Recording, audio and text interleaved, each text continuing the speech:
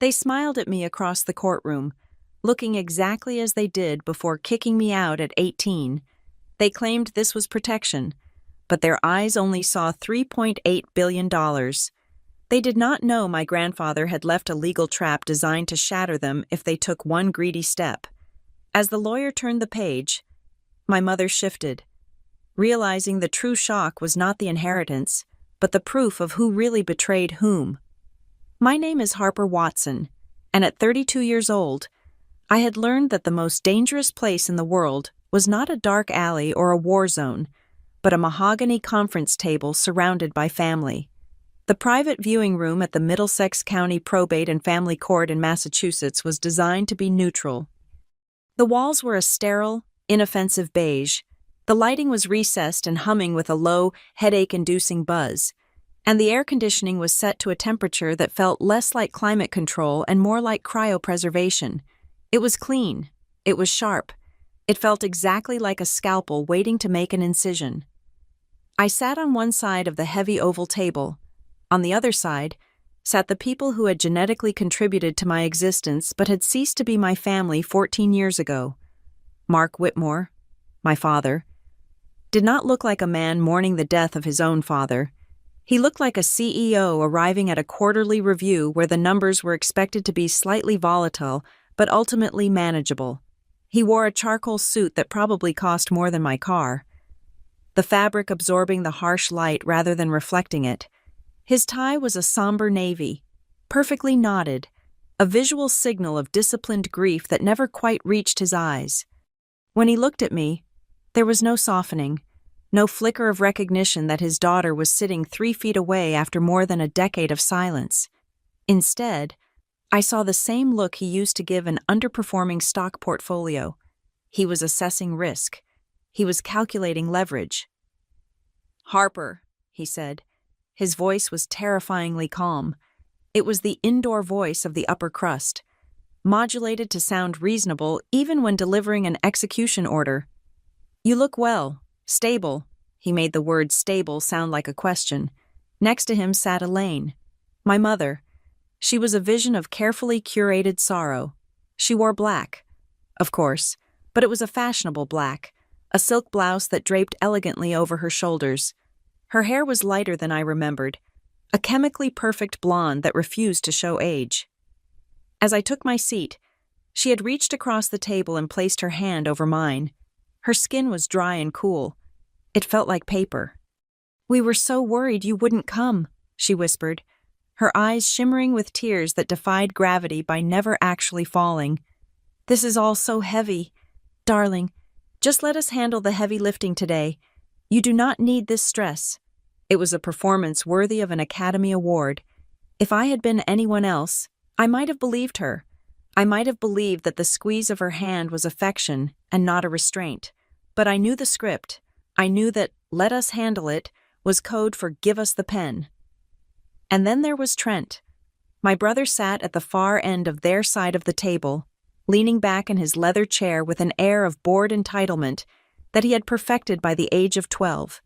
He was checking something on his phone, his thumb scrolling rhythmically, before he finally slid the device into his pocket and looked at me. There was no greeting. He just looked me up and down, taking in my off-the-rack blazer and the scuffed heels I had polished just that morning. His expression was not hostile.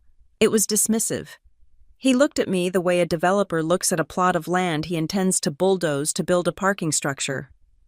"Let us get this over with," Trent said, checking his watch. "I have a tea time at 4. At the head of the table sat Arthur Halstead, the senior partner of Rourke and Halstead. He was a man made of right angles and silence. He had been my grandfather's attorney for 40 years. He knew where all the bodies were buried because he had usually been the one to file the death certificates. He adjusted his wire-rimmed glasses and placed a single, thick file on the table. The sound of the paper hitting the wood was the loudest noise in the room. "We are here to read the last will and testament of Russell Whitmore." "Mr. Halstead said. His voice was dry, like shifting sand. My father straightened his tie. My mother squeezed my hand harder, her nails digging slightly into my skin. They were ready. They had been ready for this moment for years, in their minds. Russell Whitmore's death was a sad biological event, but an excellent financial opportunity. They expected a standard distribution. They expected the bulk of the estate to flow to Mark, the only son, with perhaps a token trust for the grandchildren to ensure tax efficiency. I said nothing. I kept my hands folded in my lap, my breathing steady. I had spent the last 14 years building a life out of scraps, learning to survive in a world that did not care if I ate or starved. I had worked double shifts, taken night classes, and rented apartments where the heat worked only 50% of the time. I was not the scared 18-year-old girl they had thrown out of the house. I was something else entirely. But I let them see what they wanted to see. I let them see the victim. Mr. Whitmore was very specific in his instructions. Mr. Halstead continued. He opened the folder. The paper crackled. He was of sound mind and body when this document was drafted 6 months ago. The entirety of his liquid assets, real estate holdings, art collections, and diversified investment portfolios have been consolidated. Mark nodded slowly, an impatient gesture urging the lawyer to get to the number. The total valuation of the estate, Mr. Halstead read, his eyes lifting briefly to meet mine, is estimated at $3.8 billion. The number hung in the air. $3.8 billion. It was a staggering amount of money. It was enough to buy countries. It was enough to end wars or start them. But my parents did not gasp. They did not cry. A small, satisfied smile touched the corner of Mark's mouth. Elaine let out a breath that sounded suspiciously like relief. They were not mourning the loss of a father. They were celebrating the acquisition of a fortune. They had already spent it in their heads. They had already allocated the funds to shore up Mark's failing ventures and to fund Trent's lifestyle. Pursuant to Article 4 of the will, Mr. Halstead said, and here his voice dropped an octave, becoming harder, clearer. The entirety of this estate, including all assets, holdings, and the controlling interest in Whitmore Meridian Holdings, is bequeathed to his granddaughter, Harper Watson. The silence that followed was absolute. It was not the silence of shock. It was the silence of a vacuum, as if all the oxygen had been violently sucked out of the room. Mark's smile froze. It did not fade naturally. It simply stopped working, leaving his face in a grotesque mask of pleasantry that no longer matched his eyes. Elaine's hand on mine went limp, then cold. She pulled it back as if I were suddenly contagious. Trent stopped leaning back. He sat up so fast his chair creaked. "Excuse me," he said. "Read that again." "I do not need to read it again, Trent, Mr. Halstead said, his tone bordering on boredom. "Sole beneficiary, Harper Watson." My father blinked. Once, twice, then the mask reassembled itself. The shock was replaced instantly by the mechanic gears of damage control. I could practically hear his brain whirring, recalculating the strategy. He turned to me, and the warmth in his eyes was so fake it was almost impressive. "Harper," Mark said, his voice dropping to a low, conspiratorial register. "This is overwhelming. I know exactly how you feel right now." I looked at him. "Do you?" I asked. My voice was raspy. I had not spoken since entering the room. "Of course," Elaine chimed in, leaning forward again, though she did not touch me this time. $3.8 billion. It is a terrifying amount of responsibility. Sweetheart, it is a burden. Your grandfather, well, his mind was slipping at the end. We all knew that. He probably thought he was doing something kind, giving you a safety net." "A safety net," I repeated. "Exactly," Mark said, gaining confidence. He placed his hands flat on the table, creating a barrier between him and the lawyer. But he clearly did not understand the complexity of the tax implications or the legal exposure. "Harper, you have been living simply. You have a job in compliance, correct? You rent a one-bedroom apartment. You are not equipped to manage a portfolio of this magnitude. It would destroy you." "It is too much pressure," Trent added, his voice sharp. He looked at me with a mixture of pity and contempt. "You would be a target. Harper, Scammers, lawsuits, the media. You would not last a month. You would lose it all, or worse, end up in prison for tax evasion because you forgot to file a form. We cannot let that happen, Elaine said softly, looking at the lawyer. We have a duty to protect her. Mark nodded, turning his attention to Mr. Halstead. Obviously, we will contest the competency of the decision later if needed, but let us keep this in the family for now to avoid a scandal. We can set up a blind trust. I will act as the primary trustee, with Trent as secondary. We will manage the assets, ensure the company remains stable, and issue Harper a generous monthly stipend. $50,000 a month, no. Let us make it $100,000, tax-free. He turned to me, smiling as if he were offering me the world. You could quit your job. Harper, you could travel, buy a house. You would never have to worry about a bill again. We will take on the headache of the management. You just enjoy the life. It is the only logical solution, Trent said, crossing his arms. Temporary. Of course. Just until you get your bearings. Maybe in 10 or 15 years. We can revisit your involvement. 10 or 15 years. By then, the $3.8 billion would be funneled into their accounts, washed through shell companies, and I would be left with a stipend that they could cut off the moment I disobeyed. I looked at them, really looked at them. I saw the fear behind Mark's eyes. It was not fear for me, it was fear of me. He was terrified that the money was sitting right there, within reach, but his hands were tied. He needed my signature. He needed my surrender. I remembered the day they kicked me out. I was 18. I had asked for tuition money for a state college. Mark had told me that money was for investments with return, and I was a liability. Elaine had stood by the window, drinking iced tea, and told me that the real world would teach me gratitude. Now, the real world sat between us in the form of a legal document. So, I said, my voice steady, surprising even myself.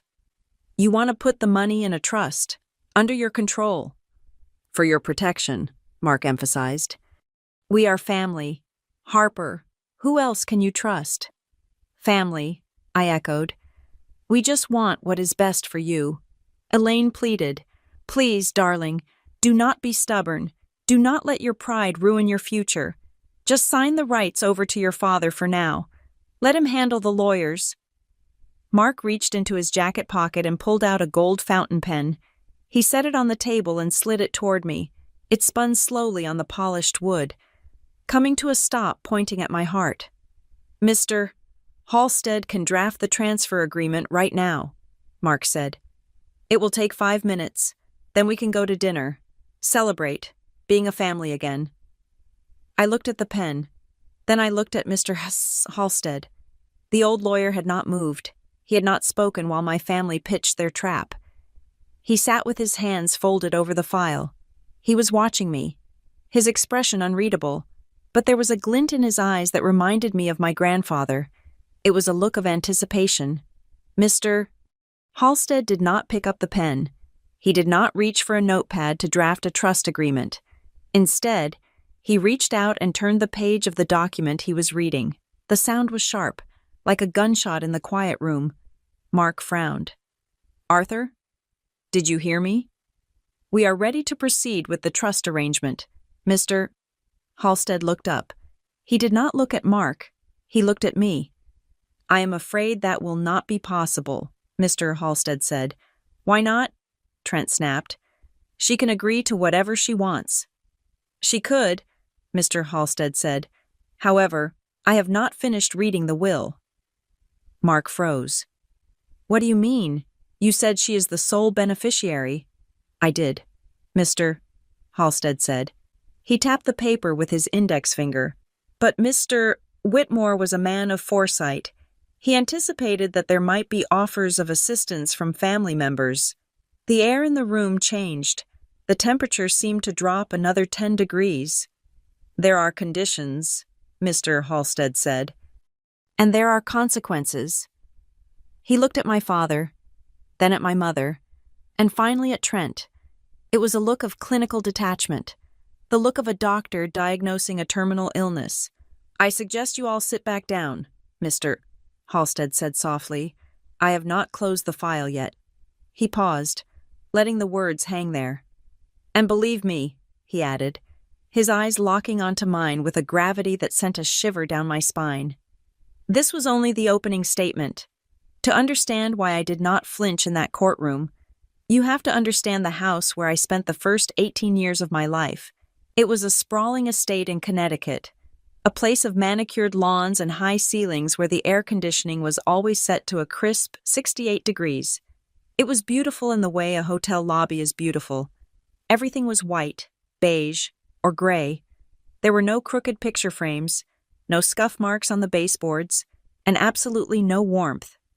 In the Whitmore household, love was not a feeling. It was a performance bonus. It was distributed quarterly, based on key performance indicators that my parents never wrote down but enforced with the ruthlessness of a private equity firm. Trent understood the system before he could even tie his shoes. My brother was the golden project. He was the asset my parents were betting the firm's future on. When Trent was 10, he threw a rock through the neighbor's greenhouse window. A normal parent might have been angry or embarrassed. Mark simply wrote a check for the damages and told the neighbor that Trent was displaying assertive dominance and testing boundaries. When Trent got a C in math, it was because the teacher lacked the pedagogical skills to engage a mind as advanced as his. When he got an A, he was a genius, a prodigy, the heir apparent. I watched this happen from the sidelines. I saw the new cars appear in the driveway for him the moment he turned 16. Despite his driving record being a disaster, I saw the private tutors hired not to help him learn, but to do his homework for him so his transcript remained pristine. Trent was an investment that had to succeed, even if my parents had to manipulate the market to make it happen. I was different. I was not rebellious. I did not dye my hair pink or sneak out to parties. My crime was far worse in their eyes. I was observant, and I refused to pretend that the emperor was wearing clothes. I was the child who asked why we took 2 separate cars to the charity gala. I was the one who asked why mother smiled for the society photographers, but stopped speaking the moment the flashbulbs died down. I questioned the logic of their world.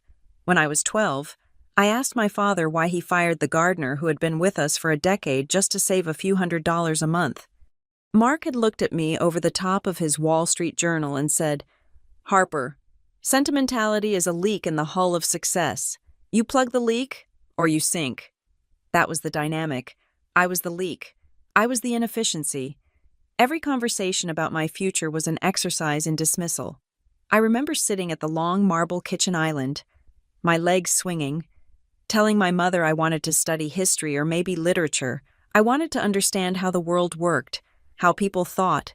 Elaine would not look up from her tablet. She would just sip her kale smoothie and say, that is fine, I suppose. That is fine." It was the most crushing phrase in the English language. It meant I was permitted to exist, but I was not expected to matter. The turning point came 2 weeks after my high school graduation.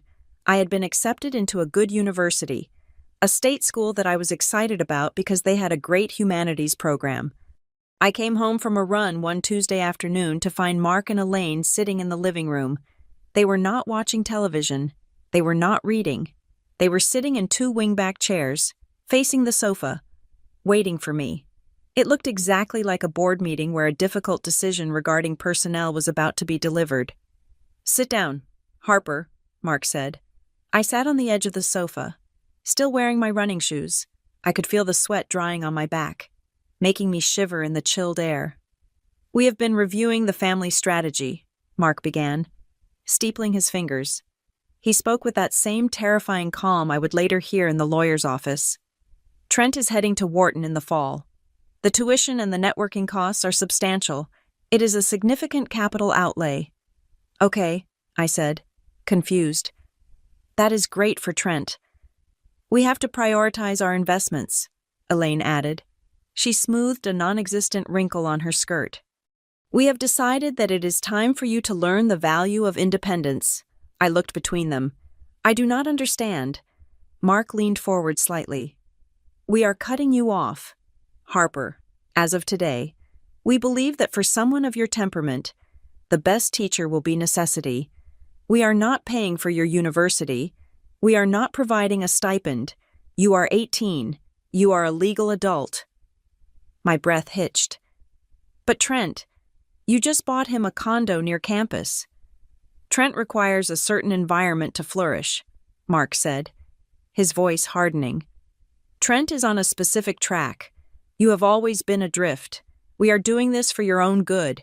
If you want a life, you need to build it yourself. We are not going to subsidize a lack of ambition. I have ambition, I whispered. I got into college. State college, Elaine noted, her lip curling slightly. It is hardly an asset to the family name. They did not yell. There were no thrown vases or slammed doors.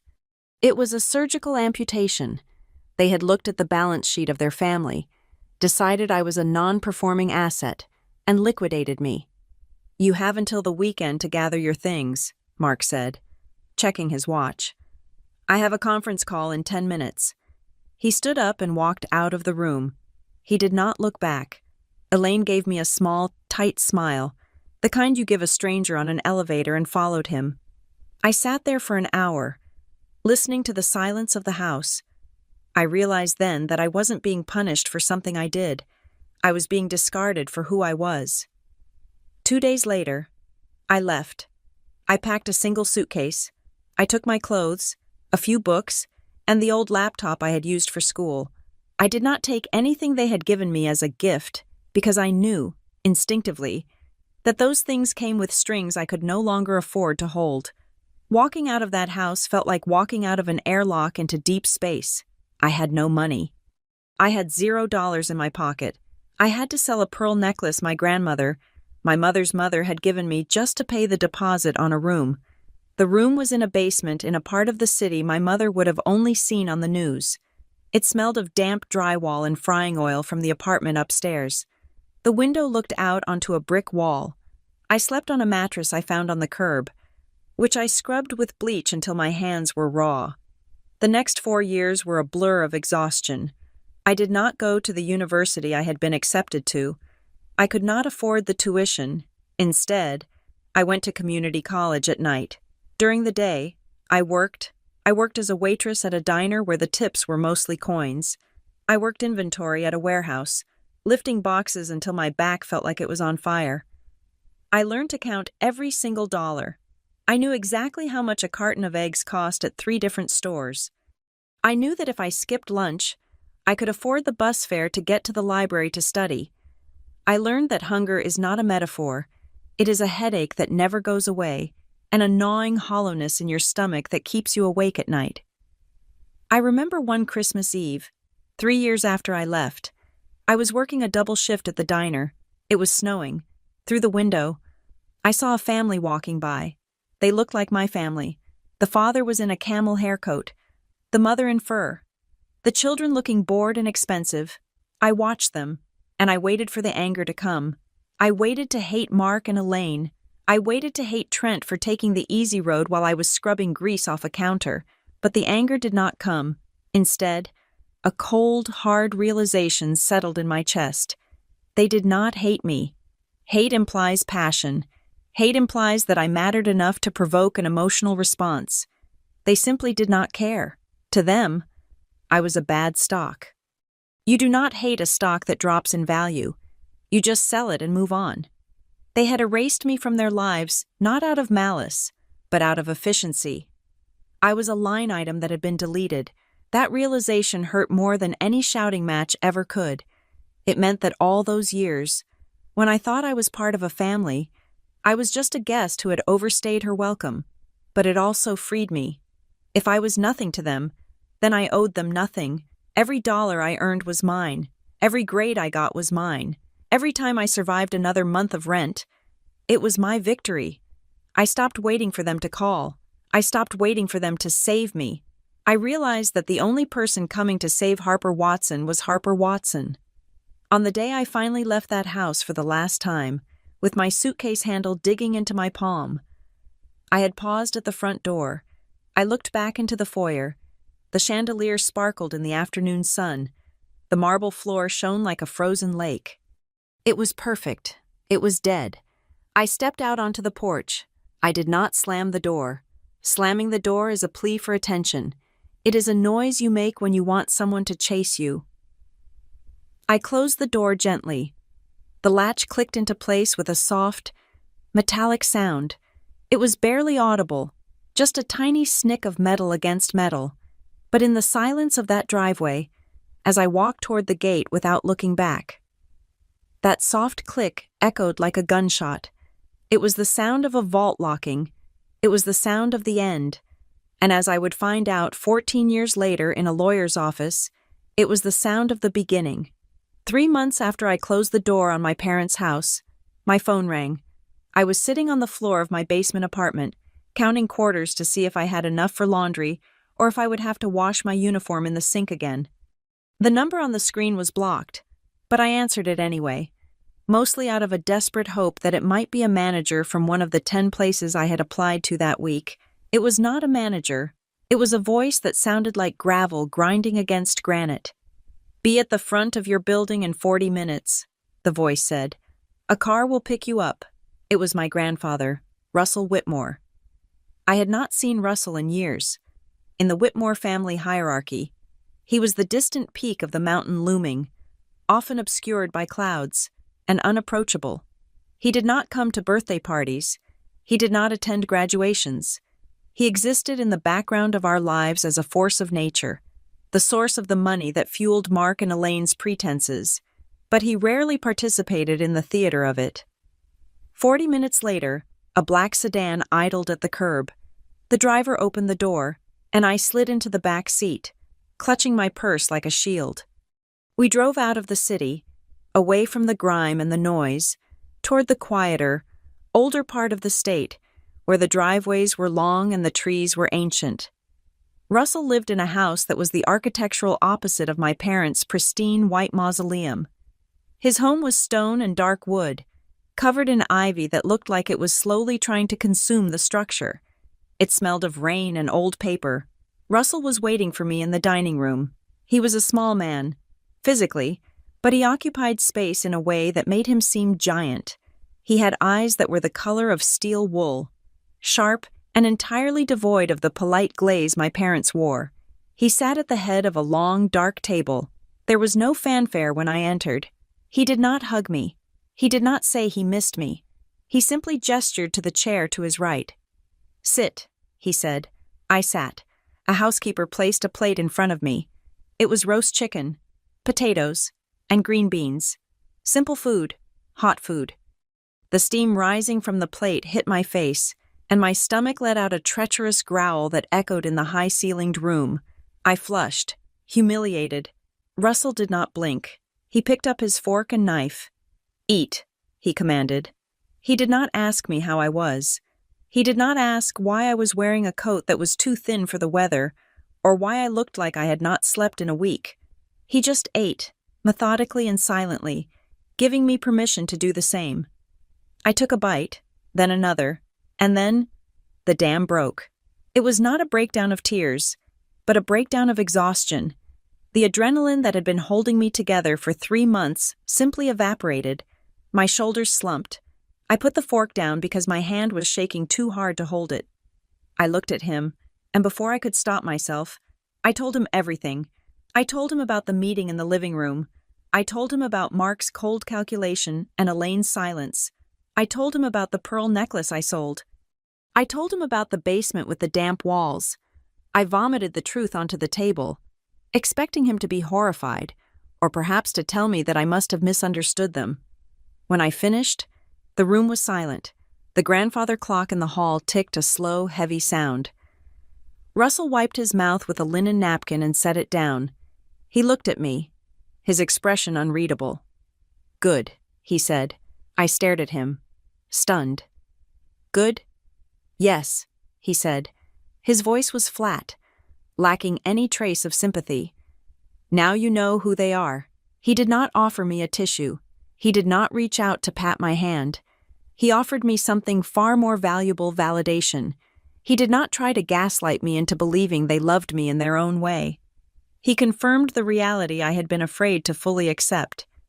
"You have seen the face behind the mask," Russell continued, pouring himself a glass of water.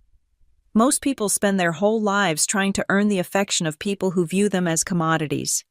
You have been liberated from that delusion at 18. It is a gift.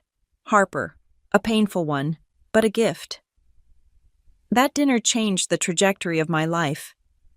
Russell did not invite me to move in. He did not offer to restore my allowance or pay my tuition at a private university. That would have been the easy way. And Russell Whitmore did not believe in the easy way. He believed in leverage. He covered my rent for the basement apartment. He set up an account at a local grocery store so I could buy food without looking at the price tags. But he made it clear this was not charity. "I am investing in your stability," he told me one afternoon in his study. "You cannot think strategically when you are hungry. You cannot plan a future when you are terrified of the present. I am removing the panic so you can use your brain."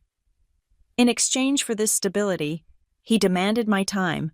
Every Sunday, I went to his house. We did not talk about feelings. We played chess. I hated chess at first. I played emotionally. I wanted to take his pieces. I wanted to win.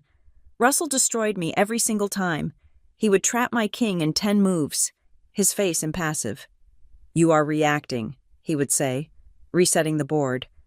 "You are looking at my hand. Stop looking at the hand. Look at the board. Look at what I am not doing." "I am trying," I would argue. "No," he would counter. "You are projecting what you want me to do. You want me to take that pawn so you can move your knight. But I am not going to take the pawn. I am going to let it sit there until it blocks your own escape route. Never assume your opponent is playing the game you want them to play." Over the years, the lessons seeped into my bones.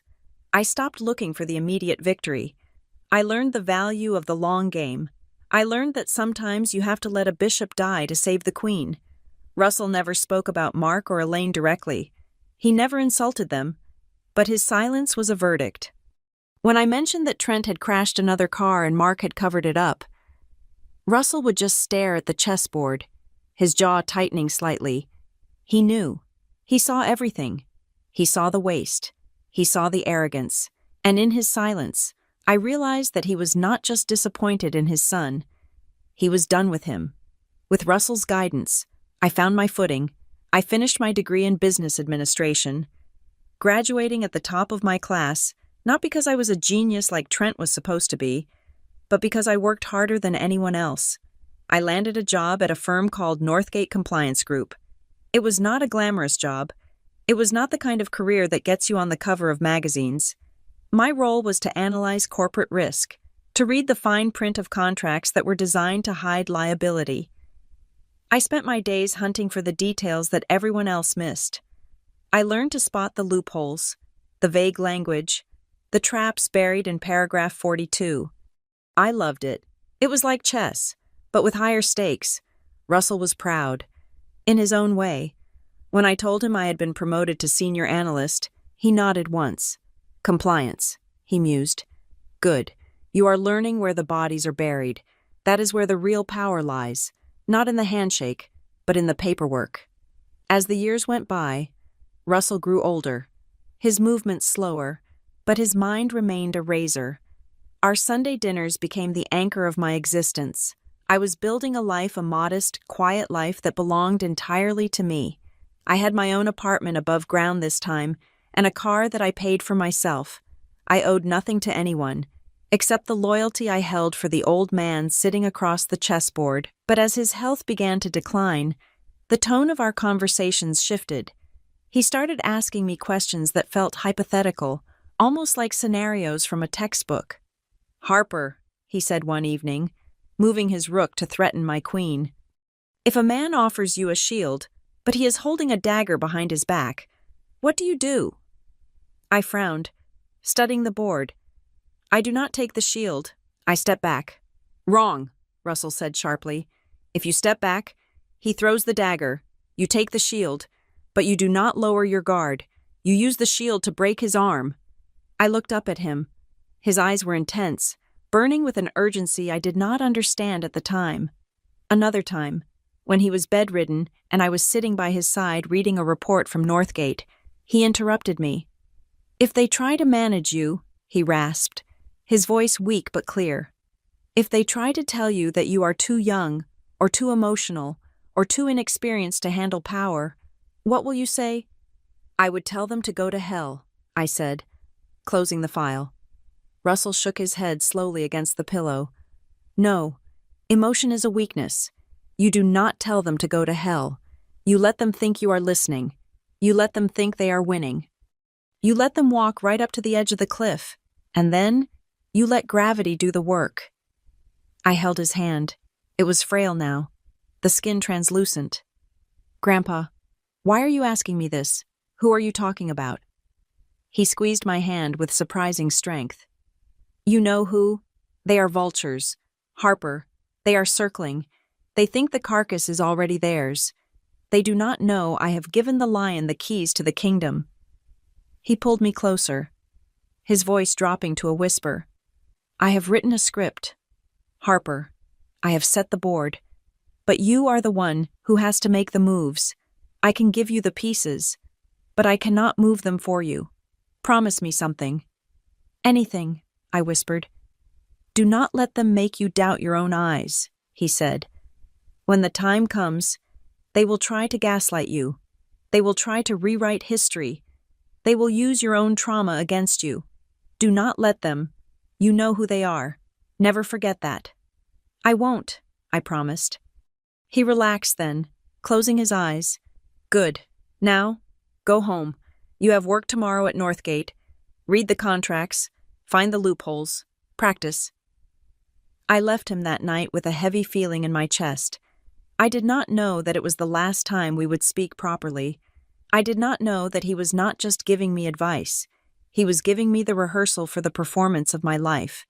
He was preparing me for the courtroom. He was preparing me for the trust document. He knew Mark would try to take control. He knew Trent would call me incompetent. He knew Elaine would play the loving mother. Russell Whitmore had spent the last 10 years playing a game of chess against his own family, and he had just passed the final move to me. I walked out to my car, the night air cool against my face. I looked back at the house, dark and silent against the sky. I did not know about the $3.8 billion then. I did not know about the controlling interest in the company. All I knew was that the only person who had ever truly seen me was fading away, and he had left me with a warning that felt more like a weapon. "Good," his voice echoed in my memory. "Now you know who they are." I got into my car and drove away, unaware that the game had already begun. The phone call that ended the only meaningful relationship I had left in the world did not come in the middle of the night. It came at 10 in the morning, on a Tuesday, while I was reviewing a compliance audit for a mid-sized pharmaceutical company. My phone buzzed against the hard laminate of my desk. When I saw the name of Russell's private physician, the world around me seemed to stop spinning. He was gone. It was a heart attack. Quick, massive, painless. Or so the doctor assured me. I did not scream. I did not collapse. I simply thanked the doctor, hung up the phone, and stared at the blinking cursor on my computer screen for a long time. The grief did not hit me like a wave. It settled over me like a heavy, suffocating blanket. Russell had been my silent anchor. In a sea of sharks, he had been the only solid ground I had ever known. He was the only person who looked at me and saw Harper. The person. Not Harper. The failed investment. For the next 3 days, I moved through life like a ghost. I went to work because I did not know what else to do. I sat in my apartment and stared at the empty chair where he would never sit. I did not expect an inheritance. The thought never even crossed my mind. The Whitmore money was a poison I had built an immunity to by staying far away from the source. If I hoped for anything, it was small, sentimental. Maybe he had left me the ivory chess set we used to play with on Sundays. Maybe a letter. Maybe just a note saying he was proud of me. I wanted a piece of him to hold on to, something that proved I had existed in his world. Then came the summons. Arthur Halstead, the attorney, contacted me with a formal politeness that chilled my blood. The reading of the will was scheduled for Friday at the offices of Rourke and Halstead. Attendance was mandatory. I arrived 15 minutes early. The law firm was located in a glass tower downtown, the kind of building designed to make you feel small before you even stepped into the elevator. I wore my best suit, a navy blue blazer and matching trousers I had bought on sale 2 years ago. It was professional, crisp, and completely inadequate for the battlefield I was about to enter. When the receptionist led me into the main conference room, I realized I had walked into a trap. They were already there. Mark, Elaine, and Trent were seated along one side of the massive mahogany table. They looked immaculate. Mark was wearing a bespoke suit that probably cost more than my car. Elaine was draped in black silk, wearing pearls that caught the light, looking less like a widow mourning a father-in-law and more like a socialite attending a fundraising gala for a tragic cause. Trent sat with one ankle resting on his knee, scrolling through his phone, looking bored. The moment I stepped in, the atmosphere shifted. It was as if the air conditioning had been turned down to freezing. Elaine was the first to move. She stood up and floated toward me, her arms open. It was a performance. I could see the calculation in her eyes, checking to see if the lawyer was watching. "Harper," she breathed, enveloping me in a cloud of expensive perfume. "Oh, you poor thing. You look exhausted." She pulled back, her hands gripping my shoulders. Her grip was tight, possessing. "I told Mark we should have sent a car for you. This is all so much. You must be in shock. Just let Mom handle everything today. Okay? You do not need to worry about a single thing." I gently removed her hands from my shoulders.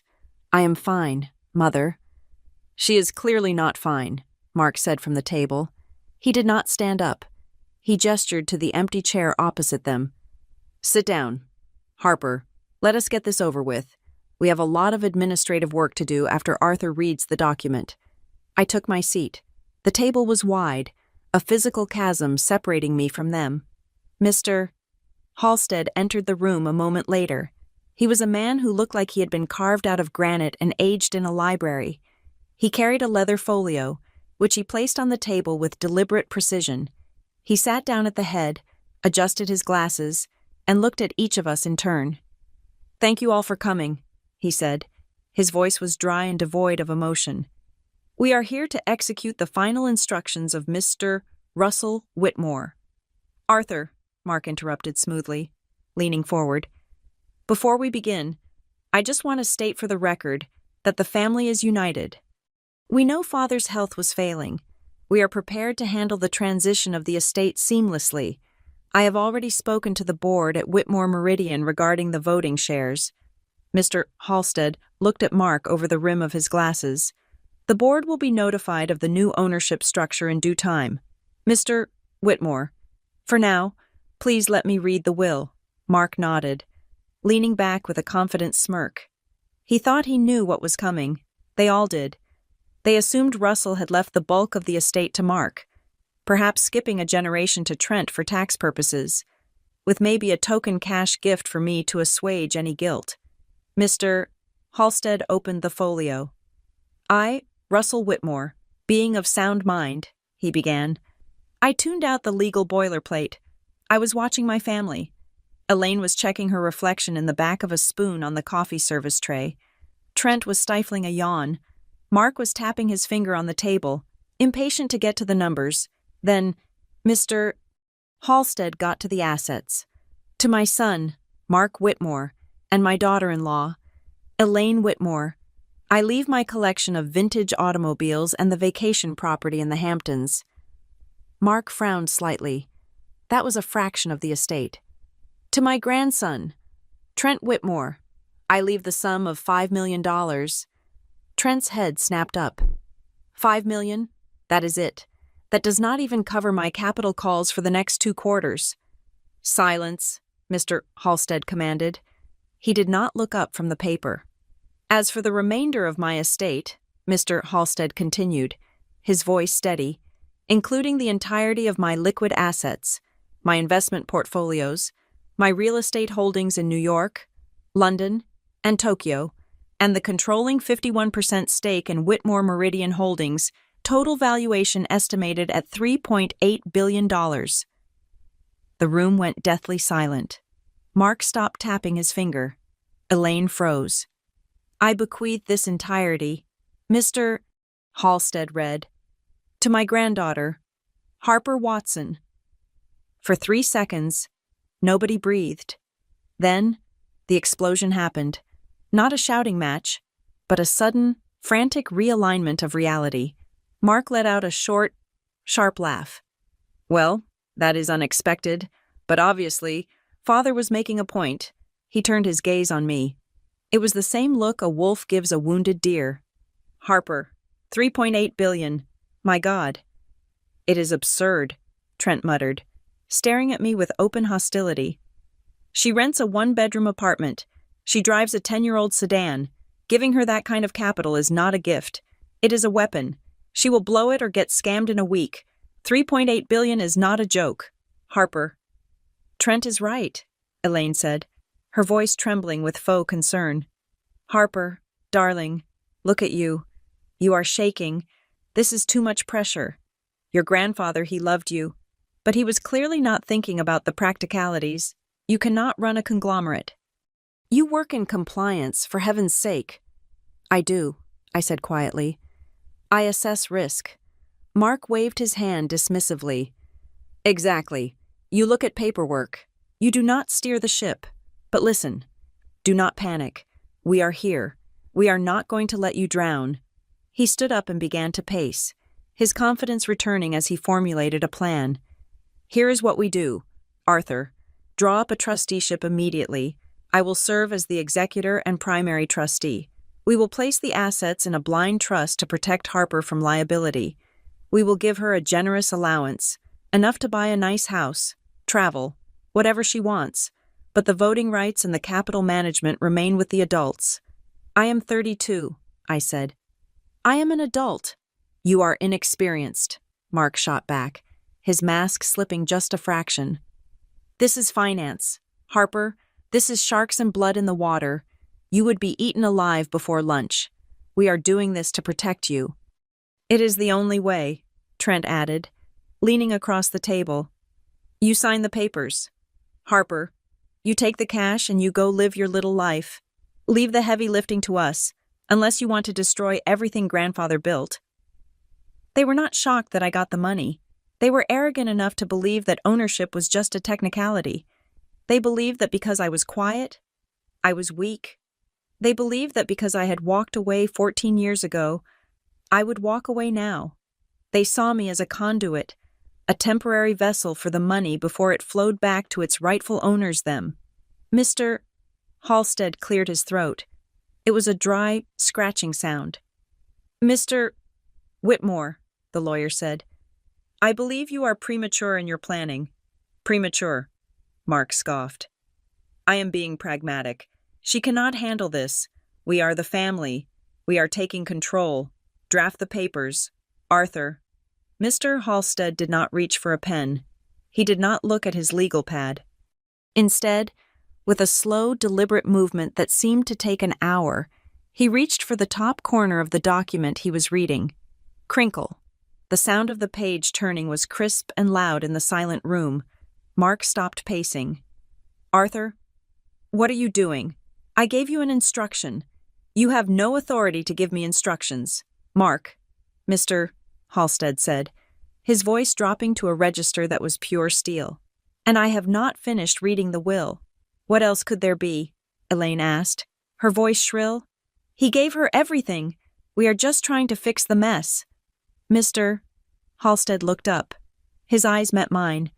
There was a flicker of something in them, a shared secret, a spark of the old man's fire. Russell anticipated that you would offer to fix the mess, Mr. Halstead said.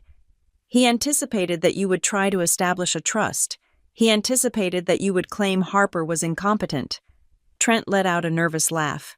Okay, so the old man was paranoid. So what? Mr. Halstead smoothed the new page flat with his hand. There are additional clauses.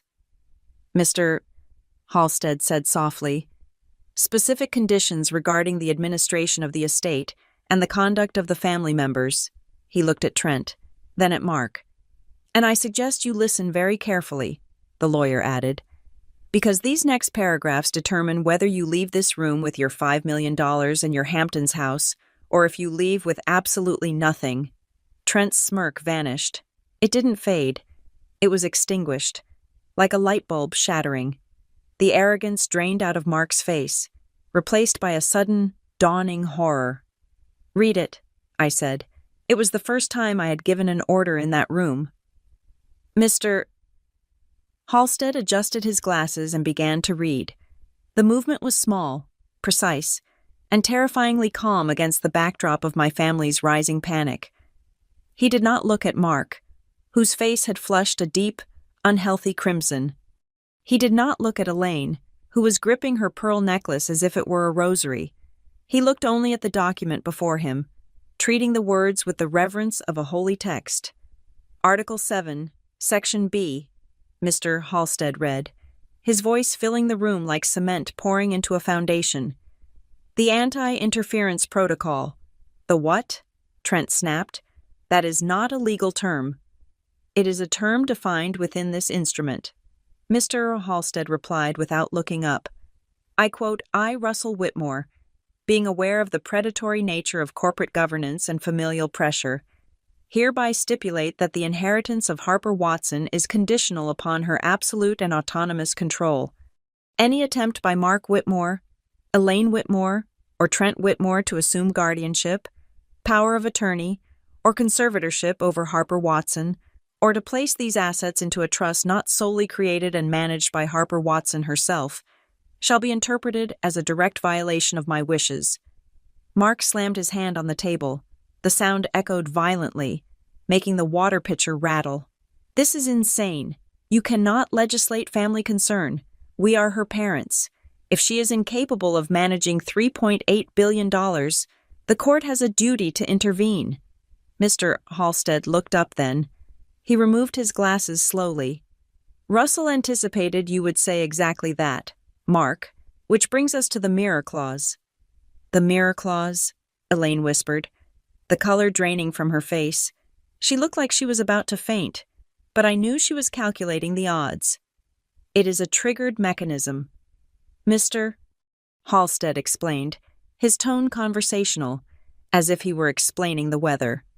Russell spent the last 5 years of his life documenting the internal operations of the family and the business. He compiled a dossier, bank transfers, emails, recorded conversations, and unauthorized uses of his personal credit lines. He tapped a thick, red-sealed envelope that had been sitting on the corner of his desk, unnoticed until now. This is the mirror file, Halstead said. If any member of the Whitmore family files a petition for guardianship or attempts to challenge Harper Watson's competency in a court of law, this file is automatically unsealed. And goes where? Mark asked, his voice tight. Copies will be sent immediately to the board of directors of Whitmore Meridian Holdings. Halstead listed, ticking them off on his fingers. The Securities and Exchange Commission, the Internal Revenue Service, and, of course, the District Attorney's Office for the Southern District of New York. The silence that followed was absolute. It was the silence of a bomb that had landed but had not yet detonated. Mark stared at the red envelope. I saw a bead of sweat trickle down his temple. I did not know what was in that file, but judging by the look in my father's eyes, it was enough to bury him. This is blackmail, Trent hissed, standing up. You are blackmailing us from the grave. It is not blackmail, Trent, Halstead corrected gently. It is a deterrent. It is a nuclear option designed to ensure peace. If you leave Harper alone, the file stays sealed forever. If you try to take her voice, the file speaks for her. She is not stable, Mark shouted, losing his composure completely. He pointed a shaking finger at me. Look at her. She has been estranged for 14 years. She lives in a hovel. She has no idea how to handle wealth. She is mentally fragile. Russell was senile if he thought she could handle this. Thank you, Mark, Halstead said, picking up a pen and making a small note on his pad. You have just perfectly demonstrated why the clause was necessary. He was not senile, I said. My voice was quiet, but in the acoustic perfection of the conference room, it carried, "He beat me at chess 3 days before he died." He was influenced, Elaine cried out, pivoting her strategy instantly. She looked at the lawyer, her eyes wide and pleading. "Arthur, you know he was not himself in the end. The medication, the isolation, he was easily manipulated. We can prove undue influence. We will challenge the will on the grounds of capacity." Mr. Halstead sighed, a long, weary sound. He reached into his briefcase and pulled out a USB drive. "Russell underwent a full psychiatric evaluation on the morning he signed this will," Halstead said. "Recorded on video, witnessed by 3 independent board-certified psychiatrists and a notary. He lists the current president, the price of gold, and explains in detail exactly why he is cutting you out of the management of his estate. He specifically mentions that Elaine would blame his medication." Elaine's mouth snapped shut. "If you contest the will," Halstead continued, turning his gaze to Trent, who was vibrating with rage, "you trigger the no contest provision. If you lose, and you will lose, given the video evidence, you forfeit everything: the $5 million, the Hamptons house, your access to the Whitmore Family Trust for education and health care. You will be walked out of this building with nothing but the clothes on your back." Trent froze. $5 million was a pittance compared to the billions, but it was $5 million more than zero. He sat back down slowly, his face pale. "So that is it?" Mark asked, his voice low and dangerous. "We are held hostage. She gets the money, and we have to sit by and watch her destroy the company." "It is not just the money, Mark," Halstead said. "We have not discussed the equity structure." Mark blinked. "The equity follows the estate. I know that, but I am the CEO. I run the company. She might own the shares, but I control the board." Mr. Halstead turned the page again. "Article 9, he read. "Regarding the governance of Whitmore Meridian Holdings, Russell Whitmore hereby transfers his Class A supervoting shares solely to Harper Watson." Mark looked like he had been punched in the gut. "No, that is impossible. Class A shares have 10-to-1 voting rights. That gives her 51% of the voting power," Halstead finished. "Harper Watson is not just the owner of the assets. Mark, she is the controlling shareholder. She can dissolve the board. She can veto mergers. And by effectively immediately, she is your boss." The room spun. I gripped the armrests of my chair to keep from floating away. I owned the company. The company Mark had sacrificed his marriage, his children, and his soul to climb to the top of. Mark stared at me. For the first time, there was no condescension in his eyes. There was only fear, pure, unadulterated fear. He realized that the daughter he had discarded like a broken toy now held the power to fire him. "Harper," Mark said. His voice was unrecognizable. It was soft, desperate. "Harper, listen to me. You do not know the business. The merger with Asian Pacific Logistics is next week. If you signal instability, the stock will crash. You need me. You need my guidance." "We can help you," Elaine added, leaning in, though she was careful not to touch me this time. "We can teach you. We can form a council. Just sign a proxy. Darling, just a simple proxy giving your father the voting rights for a year, just until you learn the ropes." I looked at them. I looked at Trent, who was terrified of losing his allowance. I looked at Elaine, who was terrified of losing her social standing. I looked at Mark, who was terrified of losing his power. They were not asking for a proxy to help me. They were asking for the keys to the handcuffs Russell had put on them. I stood up. The movement was sudden enough that Mark flinched. I smoothed my skirt. I picked up my purse. I looked at the 3 strangers sitting across from me. "So," I said. My voice was steady. It sounded like Russell's voice. "Let me understand this clearly.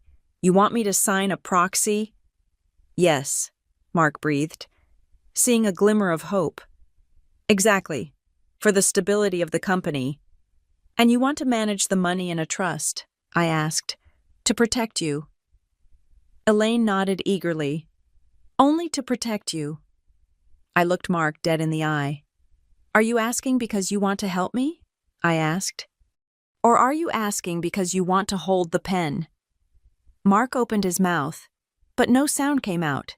He could not lie, not with the mirror file sitting on the desk just a few feet away. I think we both know the answer, I said. Mr. Halstead, I accept the inheritance as written. I do not consent to any trusts. I do not grant any proxies. Understood, Halstead said, a faint smile touching his lips. Harper, wait. Mark stood up, knocking his chair over. You are making a mistake. You are declaring war. No, father, I said, turning to the door. I am ending one. I walked out of the conference room. I did not look back. I heard Trent swearing, and I heard Elaine sobbing, but the sounds were muffled, as if they were coming from underwater. Mr.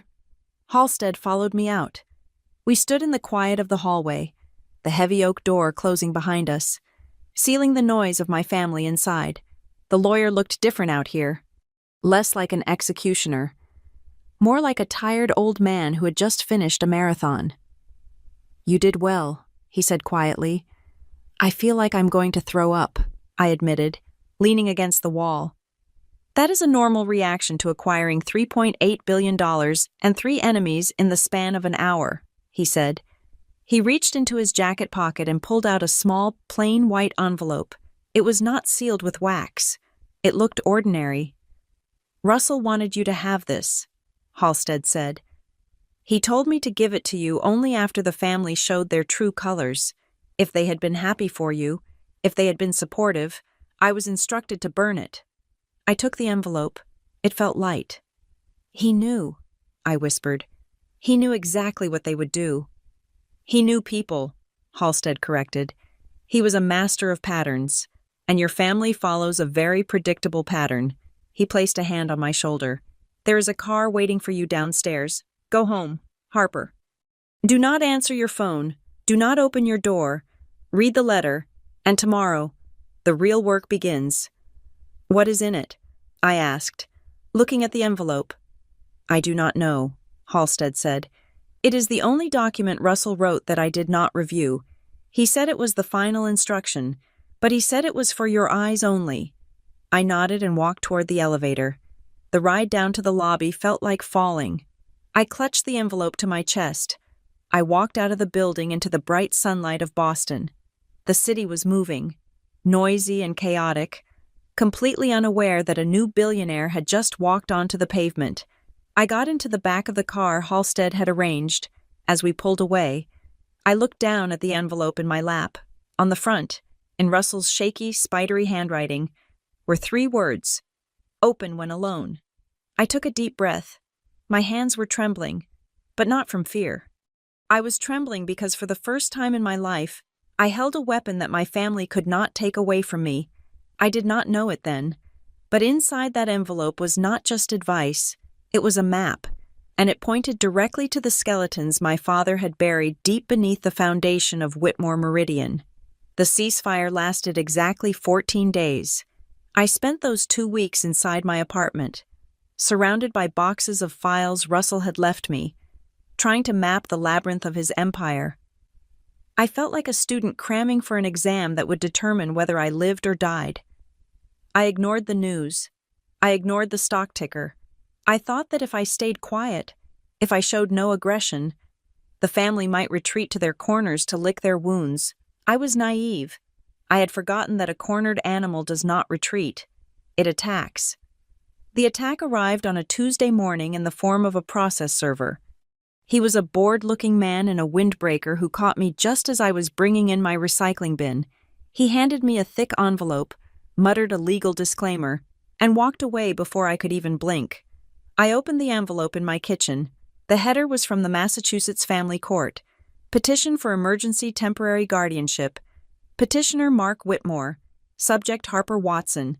I read the filing, my hands trembling not with fear, but with a cold, vibrating rage.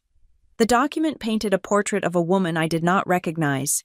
It claimed that the sudden acquisition of $3.8 billion had caused me acute psychological distress. It cited my history of isolation and estrangement from support systems as evidence that I was susceptible to manipulation by unscrupulous third parties. It argued that I lacked the executive capacity to manage complex assets and that, for my own safety, the court should appoint a temporary guardian to oversee the estate while I underwent a mandated wellness evaluation. The guardian they suggested was, of course, Mark Whitmore. They were not trying to take the money away from me directly. That would trigger the mirror clause. Instead, they were trying to take me away from the money. They were trying to declare me mentally unfit, effectively turning me into a child in the eyes of the law. I called Arthur Halstead immediately. "I have the papers," he said before I could speak. His voice was clipped. "They are trying to thread a needle. Harper, they are arguing that this is not a contest of the will, but a protective measure for a beneficiary in crisis. It is a desperate move, but a dangerous one." "It is a lie," I said. "It is a narrative," Halstead corrected, "and unfortunately, they are already selling it to the public." I turned on the television. I did not own a cable subscription, but I pulled up the local news stream on my laptop. There was my mother. Elaine was standing at a podium at the Beacon Hill Charity Gala. She looked stunning in emerald green, the picture of maternal grace. She was not speaking about the charity. She was answering a reporter's question about the rumors regarding the Whitmore estate. "We are just asking for privacy right now," Elaine said, her voice catching perfectly in her throat. She dabbed her eye with a tissue. "Our daughter. She is overwhelmed. Who wouldn't be? Imagine being thrust into this spotlight after living such a quiet, fragile life. We just want to bring her home. We just want to make sure she is safe until she is herself again." It was masterful. She did not say I was crazy. She said I was fragile.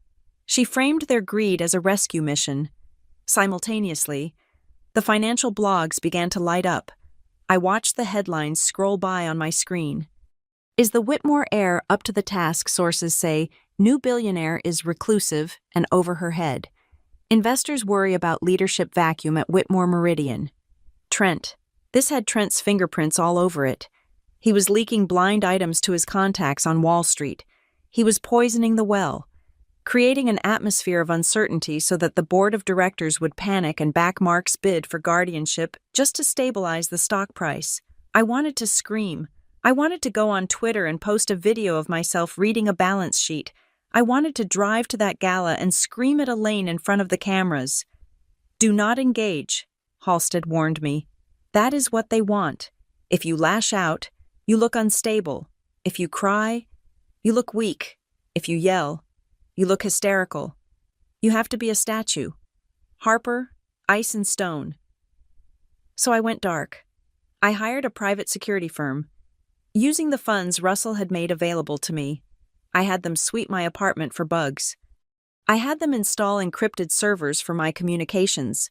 I felt paranoid, but then, paranoia is just a heightened state of awareness when people are actually out to get you. 3 days before the hearing, my security consultant, a woman named Valdez, who spoke in short, efficient sentences, called me. "Someone tried to access your primary banking profile last night," she said. "Did they get in?" I asked, gripping the phone. "No, we have two-factor authentication on everything, but they had your social security number, your mother's maiden name, and the exact balance of your checking account from 4 years ago. It was a targeted attempt to reset your credentials." "It was them," I said. "We traced the IP address," Valdez said. "It bounced through a VPN, but they got sloppy. For a split second, the connection dropped to a static IP. It originated from a coffee shop 3 blocks from Trent Whitmore's penthouse." "Keep the log," I said. "Send it to Halstead." I sat back, rubbing my temples. They were getting reckless. Why Mark and Trent were greedy. Yes, but they were usually calculated. This level of aggression felt frantic. They were not just trying to get the money. They were trying to get it now. The answer came the next afternoon in the form of a man I had never met. His name was David. He contacted me through an encrypted email address I had set up for whistleblowers. A channel Halstead had suggested. David claimed to be a former analyst for Mark's private investment firm. He wanted to meet. I met him in a public library, in the back corner of the periodicals section. He was young, nervous, and kept checking the door. I signed a non-disclosure agreement, he whispered, pushing a folder across the table toward me. If he finds out I am talking to you, he will sue me into oblivion. Why are you helping me? I asked, keeping my hand on the folder. Because I respected your grandfather, David said. And because Mark is going to crash the plane if someone does not take the controls. I opened the folder. It was a financial autopsy of a deal called Project Oakhaven. What is this? I asked. It was a real estate development in Dubai. David explained. Mark bet big on it 2 years ago. He leveraged his personal assets. He borrowed against his future inheritance. He convinced 3 of his friends to put in $10 million each. And the deal is dead, David said. The developers went bankrupt last month. The money is gone. Mark is personally liable for nearly $300 million in debt. The margin calls are starting. If he does not get access to the Whitmore estate liquidity within 30 days, he is insolvent. He is not just fighting for power. Harper, he is fighting to stay out of prison for fraud. I stared at the numbers. The red ink was staggering. Suddenly, the pieces clicked into place. The desperation, the temporary guardianship. Mark did not need to control the company forever. He just needed control long enough to raid the coffers, pay off his debts, and bury the evidence of his failure. Thank you, I said, tucking the folder into my bag. You have no idea what you just did. Watch your back, David said, standing up. He is drowning. A drowning man will pull anyone down with him to get a breath of air. The hearing was held on a Thursday. The courtroom was smaller than the one where the will was read, but it felt more claustrophobic. The air was thick with the smell of floor wax and tension. Mark sat with his legal team, looking somber and concerned. Elaine was in the gallery, wiping her eyes, playing the grieving mother to perfection. Trent was absent, presumably busy shredding documents or leaking more lies. Mark's lawyer, a man named Sterling who had a smile like a razor blade, stood up first. Your Honor, Sterling began, his voice smooth and persuasive. This is a tragedy. We have a young woman, Harper Watson, who has lived a life of obscurity. Suddenly, she is burdened with an empire. We have affidavits from family friends stating she has been withdrawn. We have reports that she has barricaded herself in her apartment. She refuses to speak to her parents. These are signs of a mental break. Mr. Whitmore is simply asking for a temporary conservatorship to ensure the assets and his daughter are protected until she stabilizes. The judge, a stern woman with gray hair, looked at me. I sat next to Halstead, my hands folded on the table. I wore a gray suit. I wore no makeup. I looked boring. I looked boringly sane. Ms. Watson, the judge said, do you have a response? I nodded to Halstead. He stood up. Your Honor, Halstead said, we do not deny that Ms. Watson has been cautious. However, caution is not insanity. In the world of high finance, caution is a survival trait. The petitioner claims she is being manipulated. Sterling interrupted. That she is isolated.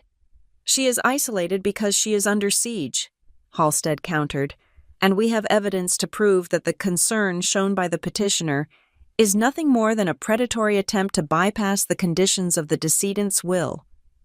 Halstead walked to the bench and handed over a binder. Exhibit A, Halstead said. An email chain between Mark Whitmore and his public relations firm, dated 3 days after the funeral. Subject line, narrative control. In this email, Mr. Whitmore instructs the firm to, and I quote, paint her as overwhelmed and fragile. He asks for talking points to use at charity events. I watched Mark's spine stiffen. Elaine stopped dabbing her eyes. Exhibit B, Halstead continued, his voice rising slightly. A text message sent from Trent Whitmore to a member of the Whitmore Meridian Board of Directors. It reads, do not worry about the girl. She is a temporary obstacle. We will have the signature power back in a month. The judge flipped through the binder, her eyebrows lifting. And finally, Halstead said, dropping the bomb David had given me, Exhibit C, a forensic accounting of Mark Whitmore's personal liabilities. It appears the petitioner is currently facing $300 million in immediate debt obligations. A guardianship would give him access to the very funds he needs to save himself from bankruptcy. Objection, Sterling shouted, jumping up. That is irrelevant. My client's personal finances have nothing to do with his daughter's mental health. It goes to motive, Your Honor, Halstead said calmly. They are not trying to save her. They are trying to loot her. The judge looked at Mark. He was pale, his composure cracking. He looked like the drowning man David had described. Mr. Sterling, the judge said, her voice icy. This court is for family matters, not corporate raids. If these documents are authentic, your client has come dangerously close to committing perjury regarding his motivations. They are contextual, Sterling stammered. They are damning, the judge corrected. The petition for temporary guardianship is denied. Furthermore, I am issuing a temporary restraining order preventing Mark Whitmore and Trent Whitmore from contacting Ms. Watson or accessing any financial instruments related to the estate pending a full review. She banged her gavel. The sound was the sweetest thing I had ever heard. I stood up. I did not smile. I did not cheer. I simply gathered my papers. Mark was staring at the table, his hands clenched into fists. He knew I had the leverage now. He knew I knew about the debt. I walked out of the courtroom, Halstead flanking me like a bodyguard. In the hallway, the press was waiting. But before they could swarm, Elaine stepped into my path. She looked frantic now. The mask of the grieving mother was slipping, revealing the desperate woman underneath. She reached out, grabbing my arm before Halstead could intervene. Harper, she hissed, her voice trembling. You do not understand what you are doing. You are destroying him. He is your father. He is a debtor, I said, pulling my arm away. And he tried to have me declared insane. We were trying to protect you, Elaine cried, tears finally spilling over, though I could not tell if they were for me or for the lifestyle she was about to lose. The world is dangerous. Harper, we just wanted to shield you. I looked at her. I looked at the woman who had watched me pack my bags at 18 and hadn't said a word. I looked at the woman who smiled for the cameras while I counted pennies in a basement. No, Mother, I said, my voice loud enough for the reporters near the door to hear. You did not want to protect me. You wanted to protect your control. I turned my back on her. And just so we are clear, I added over my shoulder, the temporary obstacle is now permanent. I walked out into the daylight, the flashbulbs blinding me, but I didn't blink. I had won the battle, but I knew the war was far from over. Mark was desperate, and desperate men do not stop, they escalate. The $3.8 billion was not a pile of gold sitting in a vault like something out of a cartoon. It was a living, breathing beast. It was a sprawling, tangled nervous system of holding companies, offshore trusts, voting blocks, and assets that existed only as lines of code on a secure server. For the first week after the court victory, I did not sleep. I lived on black coffee and the adrenaline of survival. I was still in my apartment, the one with the laminate flooring and the view of the brick wall, but the inside had changed. I had replaced my flimsy door lock with a biometric security system. I had Valdez, my security consultant, stationed in the lobby. I wasn't buying yachts or diamonds. I was buying a fortress. I sat at my kitchen table, which was buried under stacks of documents. This was the unglamorous reality of being a billionaire. It was homework, endless, high-stakes homework. I finally reached for the white envelope Russell had left me, the one marked, "Open when alone." My hands were steady as I slit the paper. I expected a letter. I expected some final words of wisdom about life or family or forgiveness. There was no letter. Inside was a single flash drive and a small index card with a sequence of numbers written on it. A login key. I plugged the drive into my encrypted laptop. A window popped up, demanding the key. I typed in the numbers. The screen filled with folders. The first one was titled, The Rot. I clicked it. It wasn't a sentimental goodbye. It was a crime scene map. Russell had not been oblivious in his final years. He had been watching.